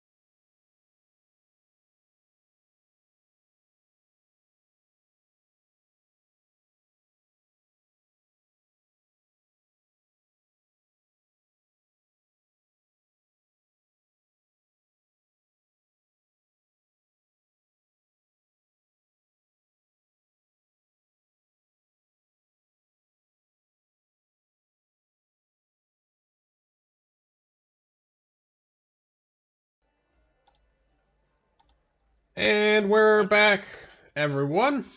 We're back. All right, so the crew has gone through all their downtime and is now ready. You guys are going to meet Corvisa? Yeah. Is that the idea? Yes. Plan. All right, so Varanus, right? You'd heard of Corvisa's establishment, the Nox, and so by asking around a little bit, right, you're able to get pretty reliable directions to her place of business. And so you make your way into the old sewers. Most of them are, have been dried up for a while, right? There's still some areas where water collects and everything like that. But let's change people over to...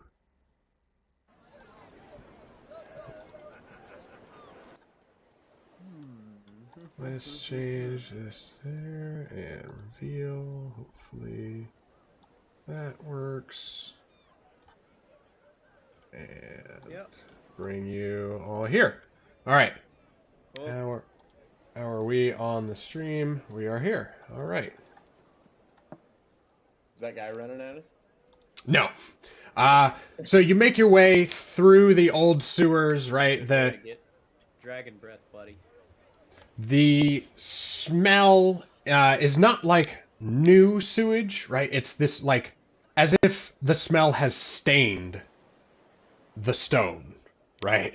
A smell stain, if you want to think about it that way. Stain. Yeah.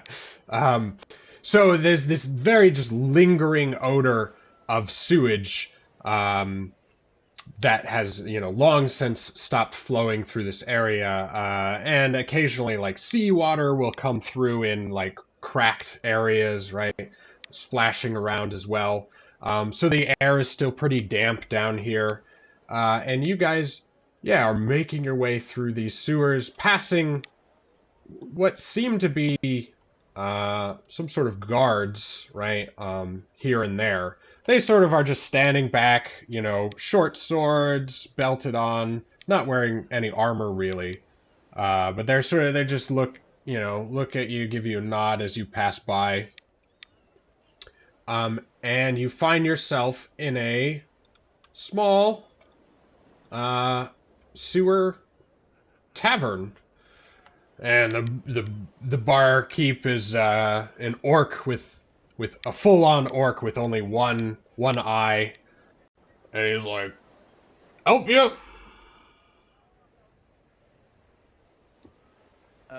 Yeah, I approach him and, keep my voice low. I'll say, we'd like to speak with Corvisa. It's business. Uh-huh. Well, you're gonna have to pay the door fee, if you know what I mean.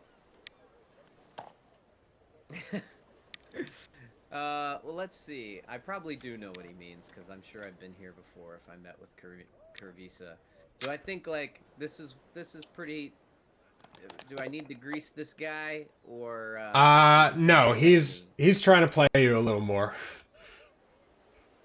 Yeah, I just give him, like, kind of my brows furrow, and, I just say, don't play me. Just take me to Corvisa. Well, are you... he also sizes you up, and he's like, fine. Just head on back. Well, don't linger. And he motions you towards the rear wall, where a cloth is pulled aside, revealing a staircase heading further down. Come on, gents, and I lead everyone down. Sweetness is just very uncomfortable. You know, his nickname, his sobriquet, that's a new Up we word go. I learned this week, comes from him smelling so sweet. Mm. And yeah, I think he's got a little hanky over his nose. You know, looking at some of the drinks, a little like, I don't know if I drink that. I just Uh, push you along from behind, like, don't stare too much. Just keep moving, buddy. Okay. What is this? The Lord Commander we got down here? And this sort of half drunken elf, right? He stands up and he's like, "Oh, sir, we cannot offend your pretty nostrils." You seem sort of oddly hurt by this. Might have brought up some stuff, you know. So, what do you say, Mister Herb Herbal Buddy? I'm not engaging with this person. I think thank you. Of course, too good for the common folk. I see how it is. Good day. Enjoy your libations. And you push. Getting pushed down the. Yeah, you move yourselves forward, heading into this den, and you see a couple, bouncer-looking fellas out front, a couple other guys playing cards, but you could see most of these guys up front are probably muscle for the place. They're keeping watch. I think the thought kind of crawls through the back of Varanus's mind is, hey, if some trouble goes down in here and we got to fight our way out, we got quite a gauntlet to get through. Yeah. It's true. It's true. It's a good place of business. So they, when they see you come in, they nod to either one of the sort of left and right or north and south kind of entrances. Group, I gotta know. What does Bungo say? So, what was the question? Would you have let the compass be hidden? Be hidden. I mean, it's hidden right here in my pocket. There we go. No one knows. That's one degree of You hear Magnus being like, "Damn right, damn right." In your head. Damn right. That's right. You know what we had to go through to get this thing? We don't need to let it out of our, possession. Pockets is? Wrong choice of words. Wrong choice of words. And look where we brought it. All right, we decided not to do it, and now we're here. All right, so you make your way to the back area. Oh, yeah. Well, I believe it was said we could retroactively do so. With yes. story point, It's story. Well. Nope. Not That was what I was trying to do. Nope. I want to beat Mark's record. I want to go through an entire campaign and never use one. So no. Well, so you come to the door and her two more direct bodyguards, they sort of step forward. They're like, "So you're here to see Corvisa? Do you have any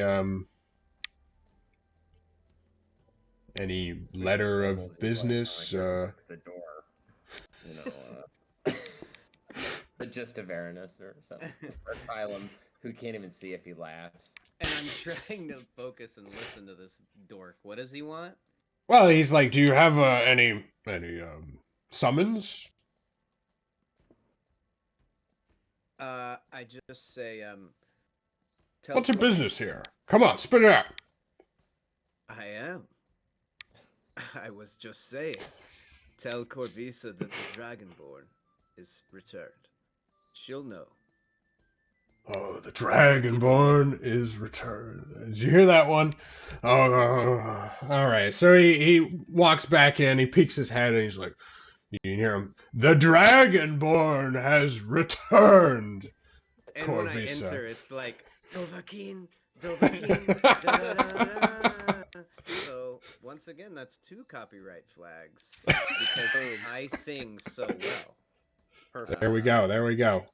Yeah, All right, so you are allowed to file in to Corvisa's very nice, well-appointed office.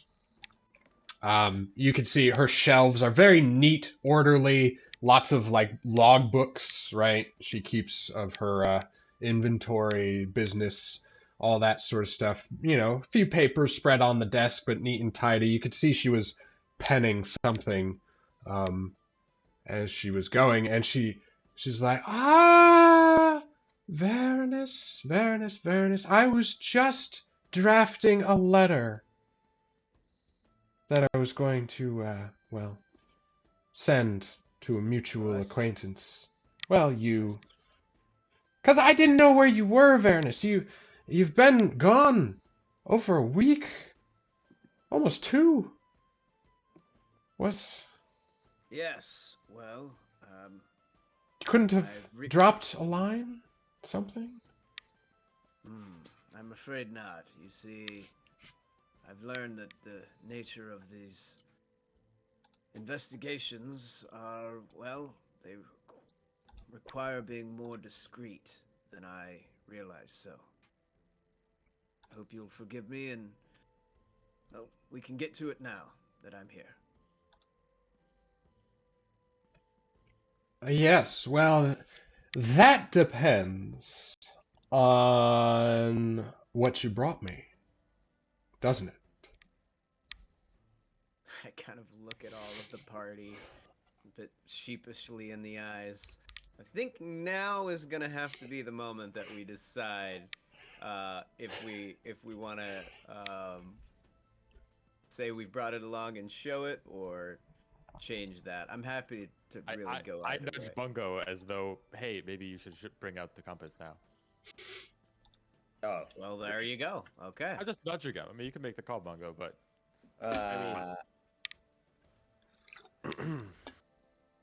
want to bargain for a ship first? just making good on our deal, you know? Like, this is I what we're am gonna do. waiting. Right. Okay. Right. No. Yes. Of course. Of course. And I slowly produce the compass from my pocket. And I kind of put like a hand between Corvisa and him so that she can see it, and I say, "We've come through on our end,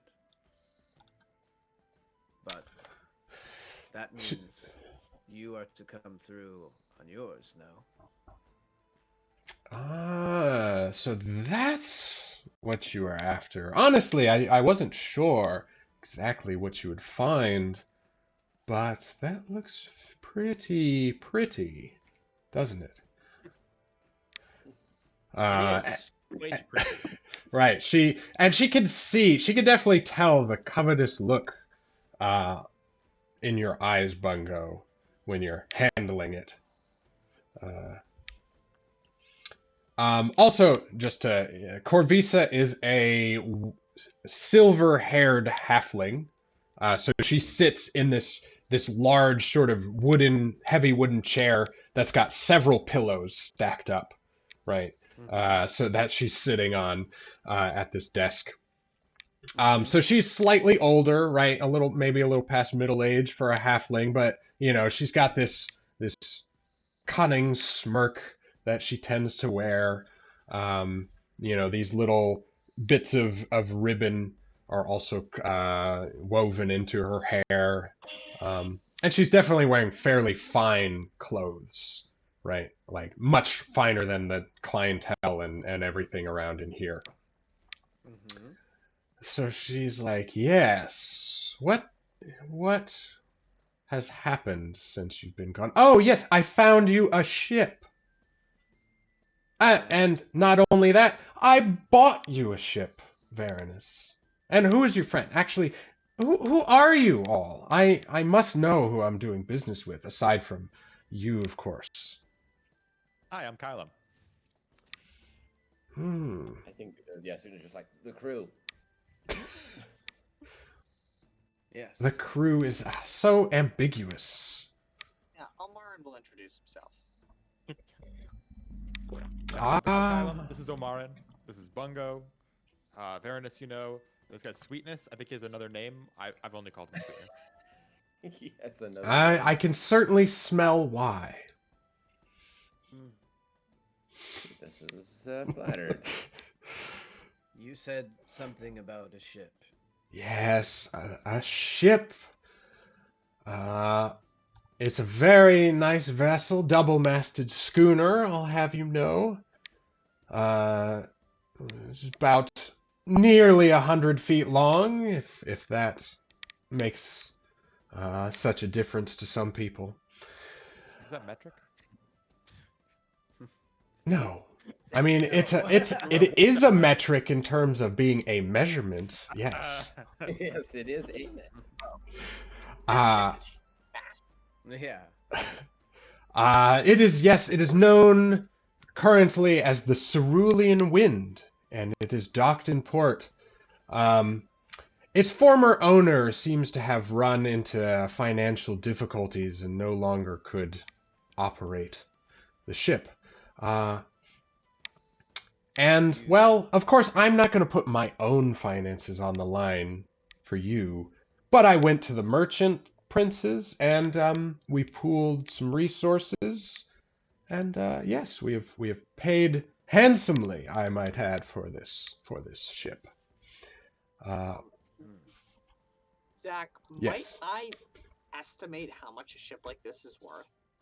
Sure. You could make me an intelligence check.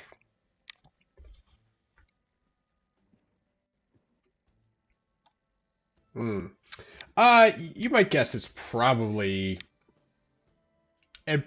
be at least 25,000 gold, something like So that. like orders of magnitude. It's like a lot. Yeah, I mean it's a nice ship, right? And yeah. However, right, it sounds like they got it for a lot less than that because of the circumstances. Extenuating circumstances. Yes, exactly.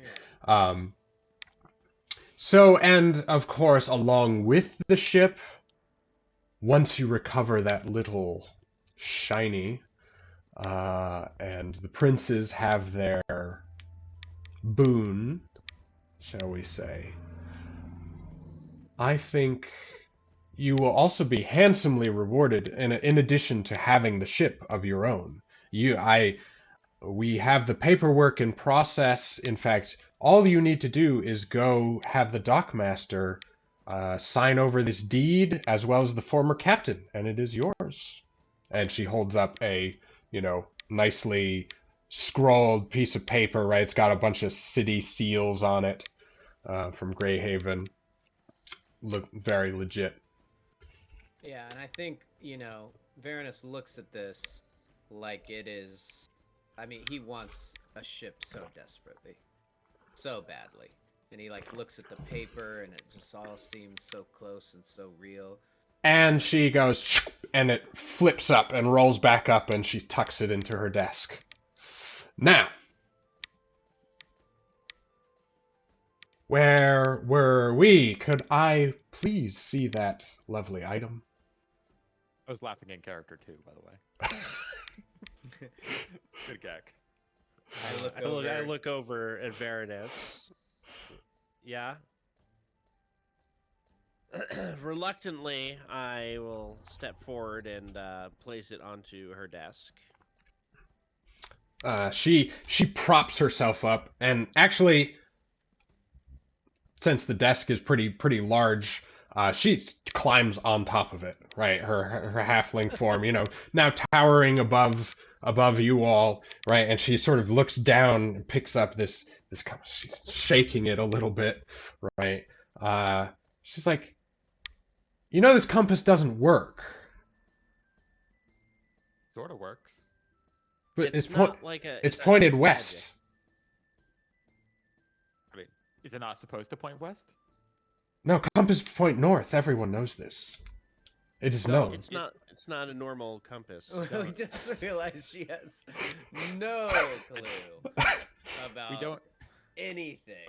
And I think we all, I just imagine we're all just like, Our Well. understanding is that the compass points to the star. Well, to shards of the star. Well, I was okay. So I deliberately didn't say that part, by the way. Oh, wow. I see. We didn't plan all this out. There were efforts made to try.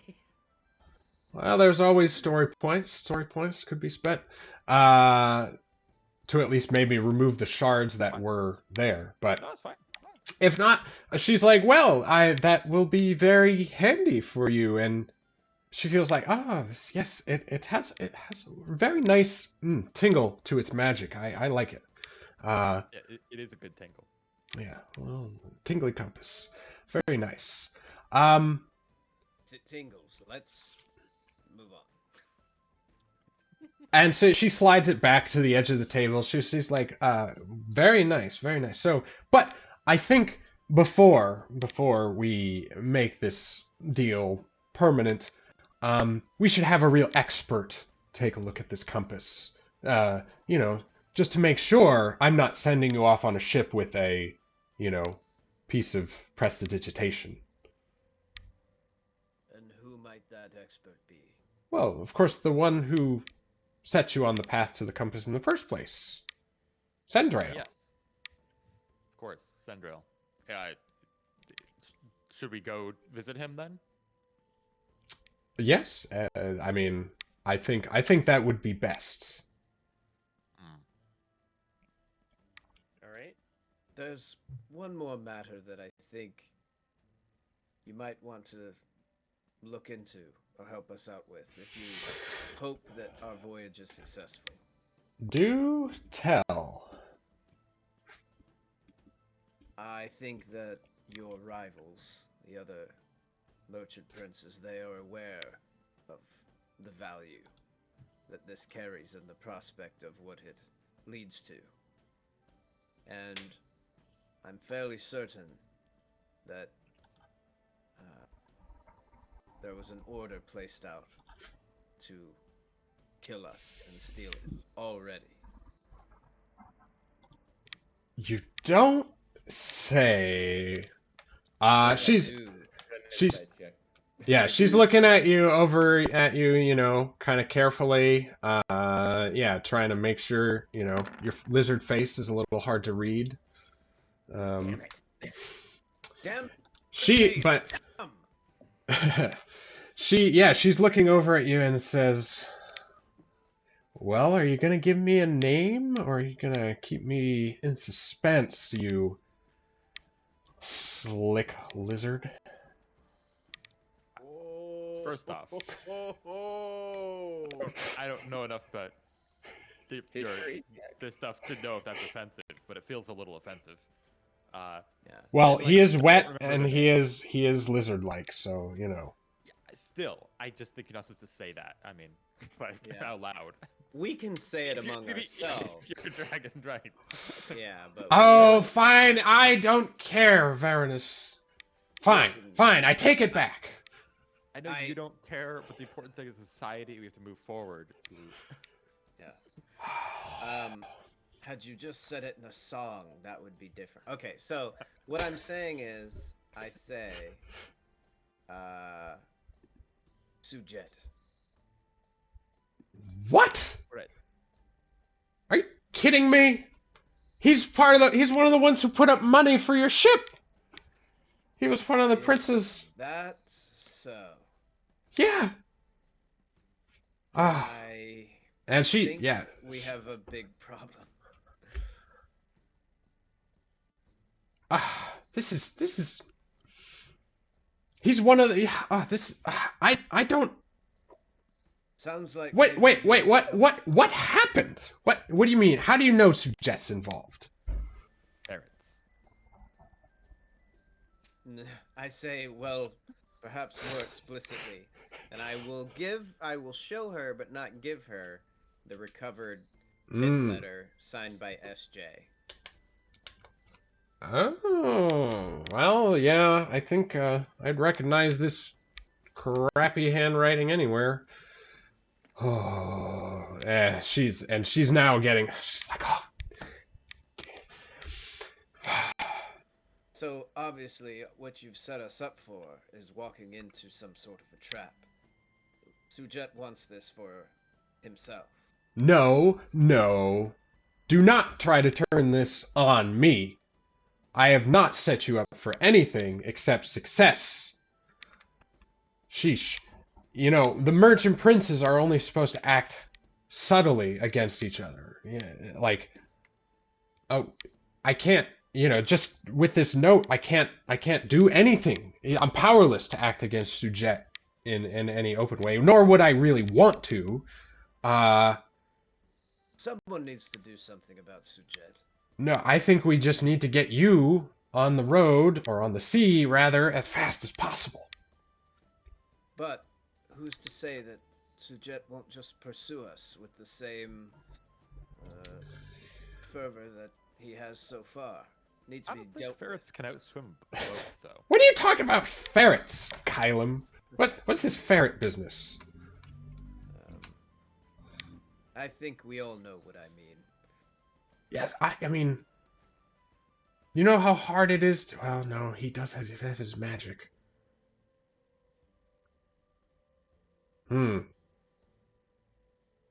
All I know is the longer this thing, and she points back to the compass, right, is in port, Sujet is closer to it. Well, I suppose that's true. What do you think, team? Should we just get out of here as soon as possible and Take the ship outrun and run. Sujet? I mean, so far he hasn't done anything. I don't know what the timeline looks like, but we seem to be good to go so far. Admittedly, now that people outside of our group know that we have the compass, word could get to Jet. So maybe the clock has started ticking. I do think we should check in with what's his face, what's his name, and Harbor Master? Sendrail. Sendrail. Oh, yeah. I do think we should check in with Sendrail because it sounds like he has a lot of knowledge about all this stuff, and I would hate to come back later and realize we should have talked with him. But otherwise, if we can be hooked up with the boat and ready to go, I think the only thing we'd be missing would be a crew.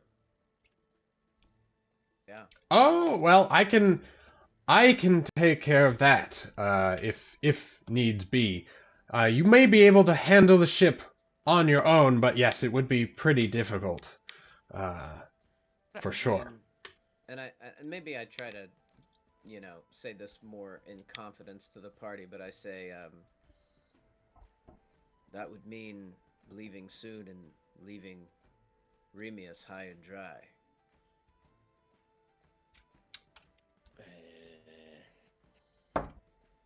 Seems we have little choice, but... What do you care about leaving Remius? She says. Okay. Right. Listening in on your conversation. All right. No, of course, Remius. You feel bad about Remius. We've got... Sujet is after you. Remius is the smallest fish in comparison.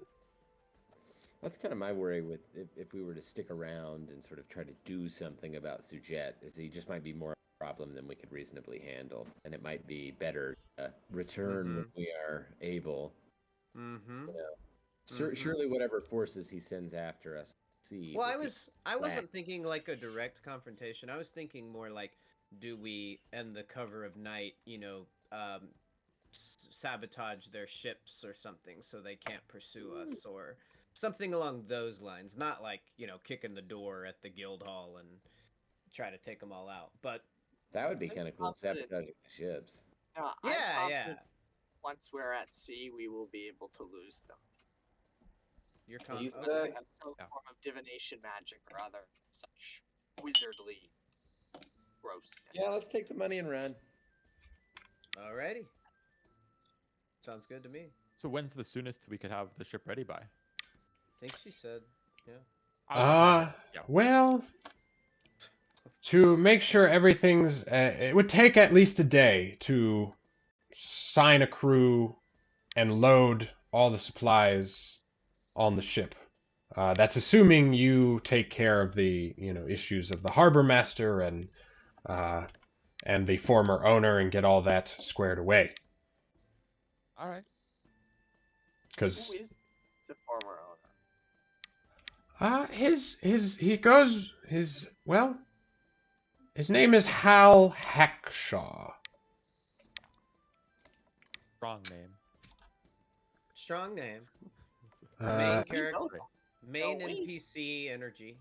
Yeah, that's good. Hal sorry. Hackett. Oh no, it's Hawkshaw.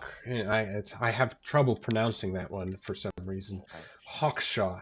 Okay. Yes, he's well, he's done a job for me every once in a while. Several years ago. He's a little older now. But yeah, I used to be a smuggler, you know. Not not always the best line of work when things are at peace, we might say. Authorities are much too vigilant. But yeah, that's who he is. You can probably find him in some dockside tavern or other. If that's all, then if we're trying to hustle out of here, we could split into two groups. One of us could go like bring the compass to the wizard, and the other group could go talk to Hawkshaw and the dockmaster and get everything squared away with the ship. That's fine by me. Yeah, I like it. Bungo, I take it I know where you intend to go. Well, I'm With going to go compass? check out the ship. Oh. No, we need. No, actually, Bungo, we need you to go to the other one. Yeah. What? Why? You're not a bit torn, you know, 'Cause of the we need to compass? bring the compass to the Battle. wizard guy. barrel block. So we're keeping the compass. I thought we were giving the compass to this lady. No, she wants the wish that the star that the compass was essentially. Well, it's the princes that get the wish, not me specifically, unfortunately. Gotcha. Okay. yeah. Then they'll all Well, I get guess it. in that case, I might as well. Sure. Oh, You go to right. Syndra? Yeah. Well, no, I'll go to the see this wizard. Yeah. Okay. I'll go see. I think Varanus, if it's a wizard, you should probably go. Yeah, that makes sense. And yes, I can look at. I can go look at the ship. Amarin, you know a lot about ships and stuff, right? I am certainly going to go look at the ship. All right, we could be team ship. All right. So Bungo and Varanus head off through Greyhaven streets, heading towards. So Corvisa gives you, sort of directions towards Centrail. He has a small sort of derelict tower near the coast, or near the coastal region of the city. Though she said, before as you're leaving, she's like, "Oh, Varanus," and she hands you the scrolls, right? Both the paperwork for the ship, the writ, as it were, and the and another rolled up, sort of just more plain piece of paper. And what is that? Well, do you unfurl it? Yeah, if it doesn't look like sealed or something. No. This is just a little note.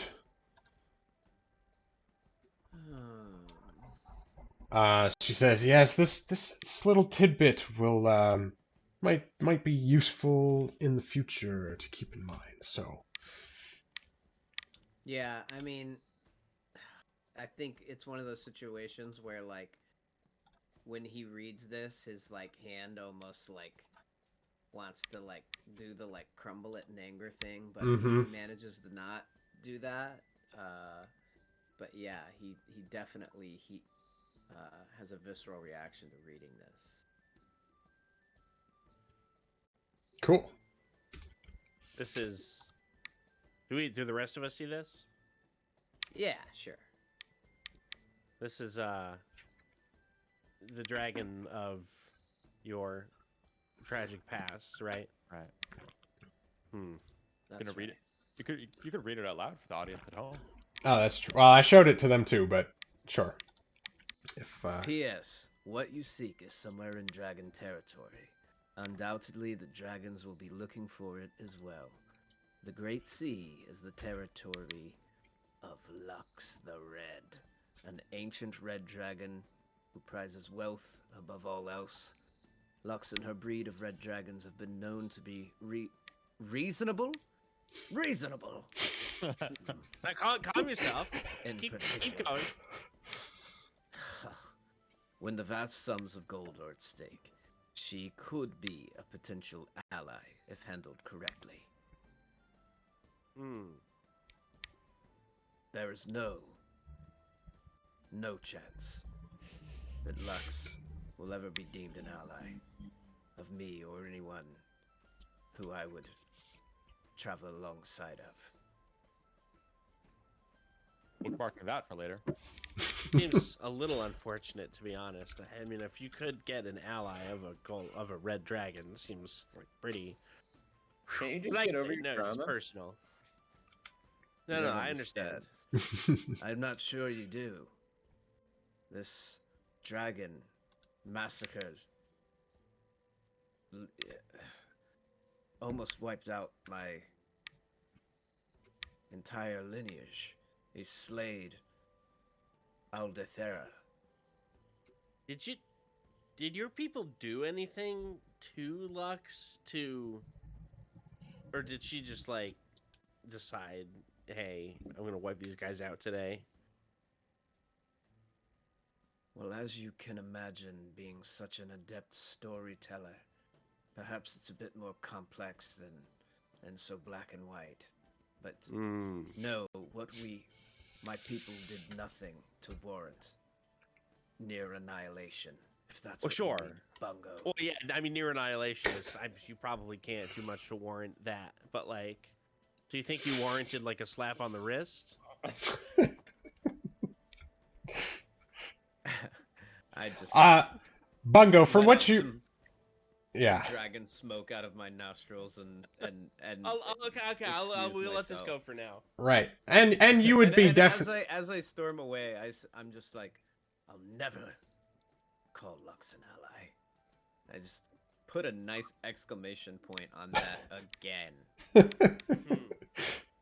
And yeah, Bungo, you would just definitely know that red and gold dragons, right? They're not gonna be friends ever. Sure. They're like the opposite ends of dragon spectrum.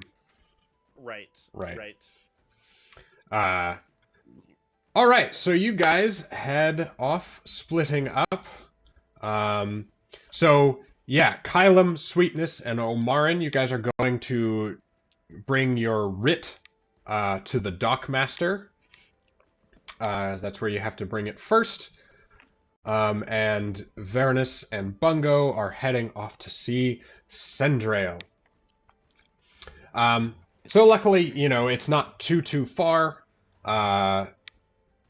from each other, right? Both, the Sendrail's tower is a little bit offset from the Docks district, so I'm gonna move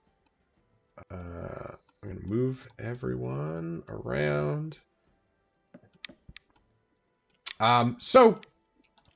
Well, I'll wait to move, I guess. Okay. So, yeah, we'll see the Sendrail folk first. So you're walking along, it's this old sort of less used wharf that runs perpendicular to the coast. And then there's a small island sort of outcropping near the end of it, in which a crumbling 3-story tower, rises up off the end. And at one time, this must have been an impressive tower, right? It was great blocks of stone, a lofty roof covering it, looking to create like a nice airy space. The tower itself has enormous arched windows, right? And they open so you'd be able to see almost the entire city, right, from this tower. However, deep cracks and crumbling masonry testify to the tower's advanced state of decay. However, right, as you go up, you sort of knock on the door, and figure leans out from one of the windows above, and he's like, "Hello down there. Who are you?" This is Bungo or Yes. Varanus. Hello. I am Bungo Barleybrook. This is my companion, Varanus. We've come for a consultation of the arcane variety. If you could spare a few moments of your time. Oh, yes, of course. Not many people come to visit old Sendrail the Stargazer these days. And as he does, he's leaning out further and further to get like better looks at you, and so you get a little better picture of what he looks like. Incredible. Yeah. And he's like, come, and he waves you up into his tower. You climb, there's this central staircase. You climb. It's a little rickety, a little wobbly under Varanus. But, presents no problems. And you pass through the second floor, and there seems to be sort of all sorts of experiments that might be in progress on this second floor. There's like table with alchemy equipment. There's this almost looks like a mini shooting range. I should have come. Yeah. Come. You can spend a story point. Yeah, why not? Sure. Sorry, guys. All right. So Sweetness comes chugging down the wharf to be like, I changed my mind. So yes, Sweetness as you're making your way up, you notice, this alchemy equipment that's currently bubbling away with some, oozy green liquid. Sweetness is immediately drawn to, all of this stuff, right? Leaning in, looking about, almost going to Don't dawdle down there! And there also seems to be like this almost shooting range with like a wooden target, but the floor in between like this line on the ground and the target is like covered in this purple like dust, and it sparkles a little bit from the sun that comes in. But finally, you make it up to the third floor of the tower, which is sort of wide open. There's a few small holes in the ceiling and a large-ish kind of balcony. I'll just move everyone's token there just so we can all see what's going on. Once we get rid of the fog. There we go. And boom. All right. So you guys are off to this. Oh, no, Sweetness is with you. All right. So he's like, he starts as soon as you get up. He's like, what is that smell? I've never smelled such a fine collection of herbs before. a patchouli. Oh, where do you get it? It doesn't grow around here. Well, all manner of herbs and such come into the harbor. Find careful walk around the docks. You can find most anything you want. That'd be the truth. I don't very much like to leave my nice little humble abode. And he puts his arms up, and you can see, right? You might not have noticed before, but now suspended from the ceiling are all these colored glass bottles, and stuff like that. And now that you notice, they're sort of slightly moving in the breeze coming through the window, and clinking together a little bit. And he's like, "Yes, these are my lovelies. All of them contain, well, some little magical essence, little seed of chaos, shall we say? Yes, because I, of course, am a chaos sorcerer. I deal with these strange times that are upon us, and if I don't mistake my magical senses, someone carries a powerful piece of magic here. Indeed, we You do. are correct. Well, Well, Bungo? I'll produce the compass from my pocket. uh, and he's like, well, and he takes a harder look at you, Bungo. You've got something hanging around you. It's like there's someone's hiding in your shadow, little one. Oh, yeah, you're talking about Magnus. Yeah. Magnus, and he scratches. The passenger. Wait. Is this what I think it is? Does this point, this lead to the fallen star? Well, that's what we were hoping. Oh, so you must be Ramius's people. Why didn't you say so? Right. Yeah. Ah, I did my best to do my research. Of course, the Academy won't let me into the special collections these days, since there was that fire that one time, that I was in there. But I hoped it would lead you to something. And are you saying you met Magnus himself? Well, of course I know him. Would you like? Would you like to meet him as well? And Bungo, in your head, no thanks, no, Bungo, I couldn't, please, no. What are you shy all of a sudden? He's an odd one. So are you.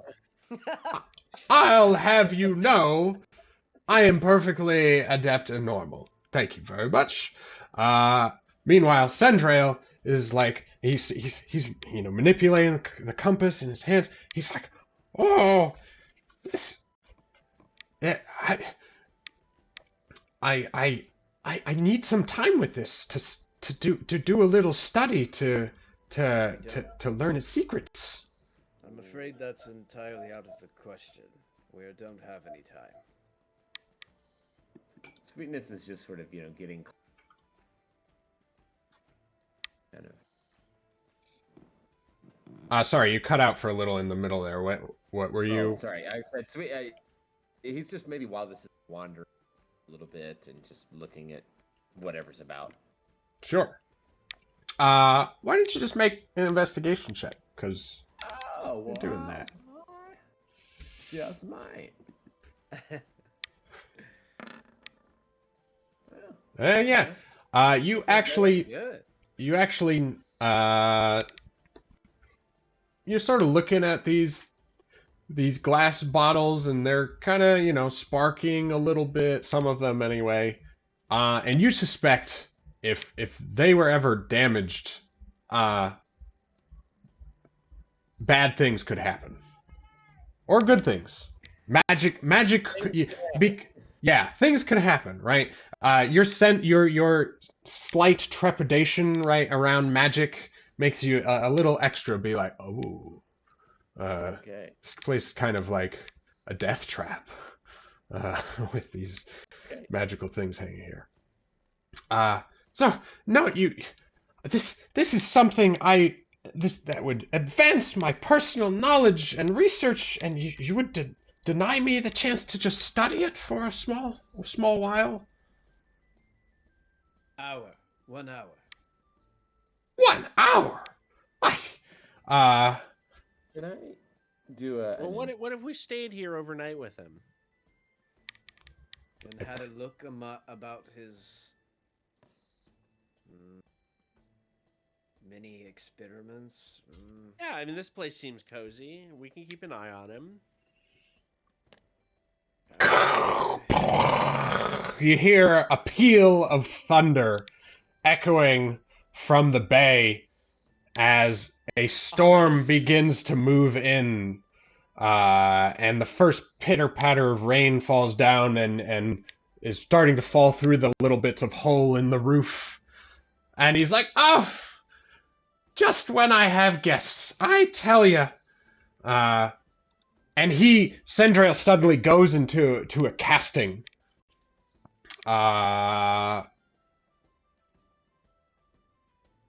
What does it look like he's doing? Can we tell? He starts enchanting. He's like, "Gusty wind, blow away this terrible rain." And he conjures a gust of wind to blow, out the. He basically moves to the balcony, and he blows the gusty wind out the door, sort of aimed upward. So he's sort of keeping the rain blowing off the roof. And he's like, "There. So anyway, you think you're staying overnight with Sendrail?" Well, I mean, if you we're want to caught in keep the this- compass, Caught in this storm, anyhow. I suppose. that too.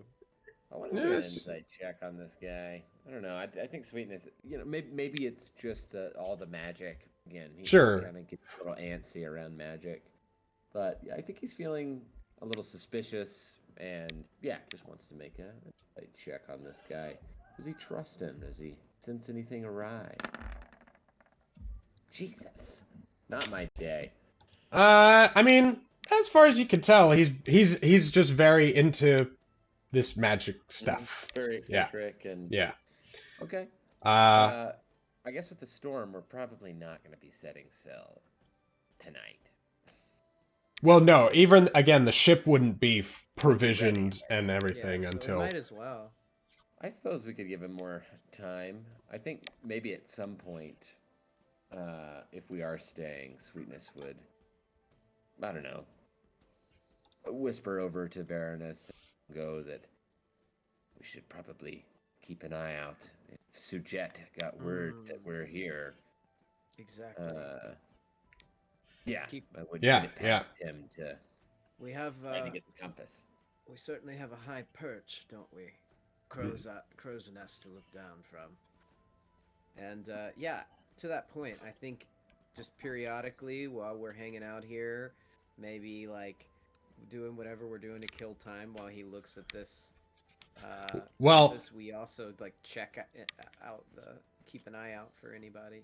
Sure. We'll handle that later. We're almost out of time, but let's switch over to Kylum and Omarin as they head into the docks district, looking for the harbor master. All right. Okay, Omar and Sweetness, we gotta find this harbor map. Oh no, Where did- Sweetness. Yeah. I'm sorry. Child. I don't know anything about ships. Good to be able to breathe again. Yeah. So yeah, you. Just us elves for this one. Yeah, good We point. can just be extra special cool. Do we wear sunglasses? I put sunglasses on. Oh yeah, the sunglasses over the armor. You're right. Well, you do see that there is a storm coming in, but it won't be here until a little while. And Look at that storm coming, Omar, and I hate being trapped in like a broken down tower right now. Nothing that could be struck by lightning. No, a terrible idea. yeah. So you soon locate the dockmaster. Right, there's sort of an official looking awning set up with some tables, and a half elf is sort of hunched over papers, signing off things, like looking like they're tired at the end of this workday. And he says, "Yes, what business do you have with the docks, master?" We would like to transfer the title on a ship. Do you have the letter of writ? We do. Oh, wonderful. I love prepared people. And he's definitely giving the impression of the kind of, DMV employee, very, very not thrilled to be working this job right now. And he's like, all right, pass it here. And he starts checking things through.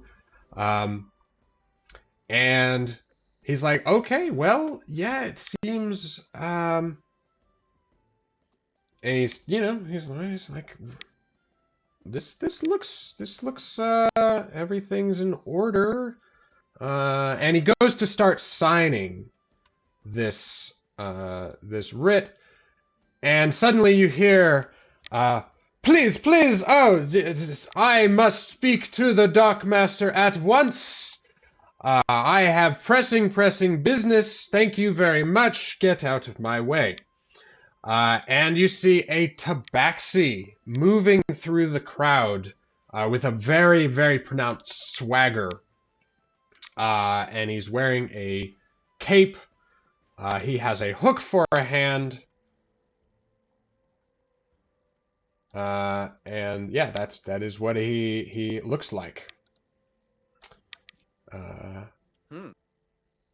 And he's like, yes, I have a writ for none other than the cerulean, and he checks the paper again. Yes, the cerulean, where is it? The cerulean wind, yes. I have just purchased this fine vessel, and, hey, and he looks at you two, Kylam and Omar. He glances at the paper. What? That is my ship. What are you trying to steal from one of the most honorable ship captains on the Greenwald coast? What? This is outrageous. Outrageous, I say. My fine furry friend, calm down. There must be some administrative mistake. Who, perhaps, did you buy? Who did you buy the ship from, or allegedly buy the ship from? Well, it was a fellow by you all humans, the names, I just can't get them out of my tongue sometimes. And you can, it's very relatable. Yeah. You can you can make an insight check if you wish. Yes. Although, again, I do find the Omarin doesn't trust human names to be like, sure, all kind of right. Omarin, you absolutely 100% know this guy is trying to pull a fast one. But Kylam, you sympathize so much with the problematic pronunciation of human names that you are just in total agreement with this tabaxi. And he's like, so Omarin, how do you respond? Omarin is going to lean into the dockmaster and say, we have this all worked out with Corvisa. Has a direct line to the merchant princes. This fellow is pulling this out of his ass. That document is as fake as his stories and his tale on the high seas. I will tell you that Captain Catapult has the grandest adventures and strongest crew ever to sail the great sea. And I'll have you know that... I'm just like stuck on a name thing. Wait, Catapult like cat? Wait. Everything about this guy is so sus. The harbor master must see this, how ridiculous this is. Omarin, you can make a persuasion check or an investigation check to absolutely 100% point out that this must be ridiculous. We'll make an investigation point. I will use a story point. Story for point? advantage on it. Sure. Okay. Yes, I'm glad I did. Yeah, very nice. And you easily point out, you're like, look at the Greyhaven seal here, right? There's this old tower that used to be there that's no longer in the picture, right? They took it off the official seal last year. Even though you're not often, right, really in Greyhaven, it must have been something you picked up at some point. Noticing that little detail on the seal, and the dockmaster is like, "Oh, what? I can't believe I missed that. I must be preoccupied or something." Yes, Mr. Catapult, please. This obviously is some sort of mistake. Maybe you have the wrong ship, and of course the Tabaxi is like, "Mr. Catapult, Mister. I am a captain, I'll have you know. Please, I take this. This is a. Amaran seems to have the eye. He's gonna like hold up his hand, maybe use some elf magic if he has to, and say, "Mr. Dockmaster, I think it's just to arrest this cat, this Tabaxi, for fraud. This is clear evidence of tampering with the laws and the justice in the city of Greyhaven. The only thing to do is to arrest him and have the constables work out how he faked these documents." You hear the hiss of an angry Tabaxi behind you, and he tries to grab your writ. One of you make a strength saving throw.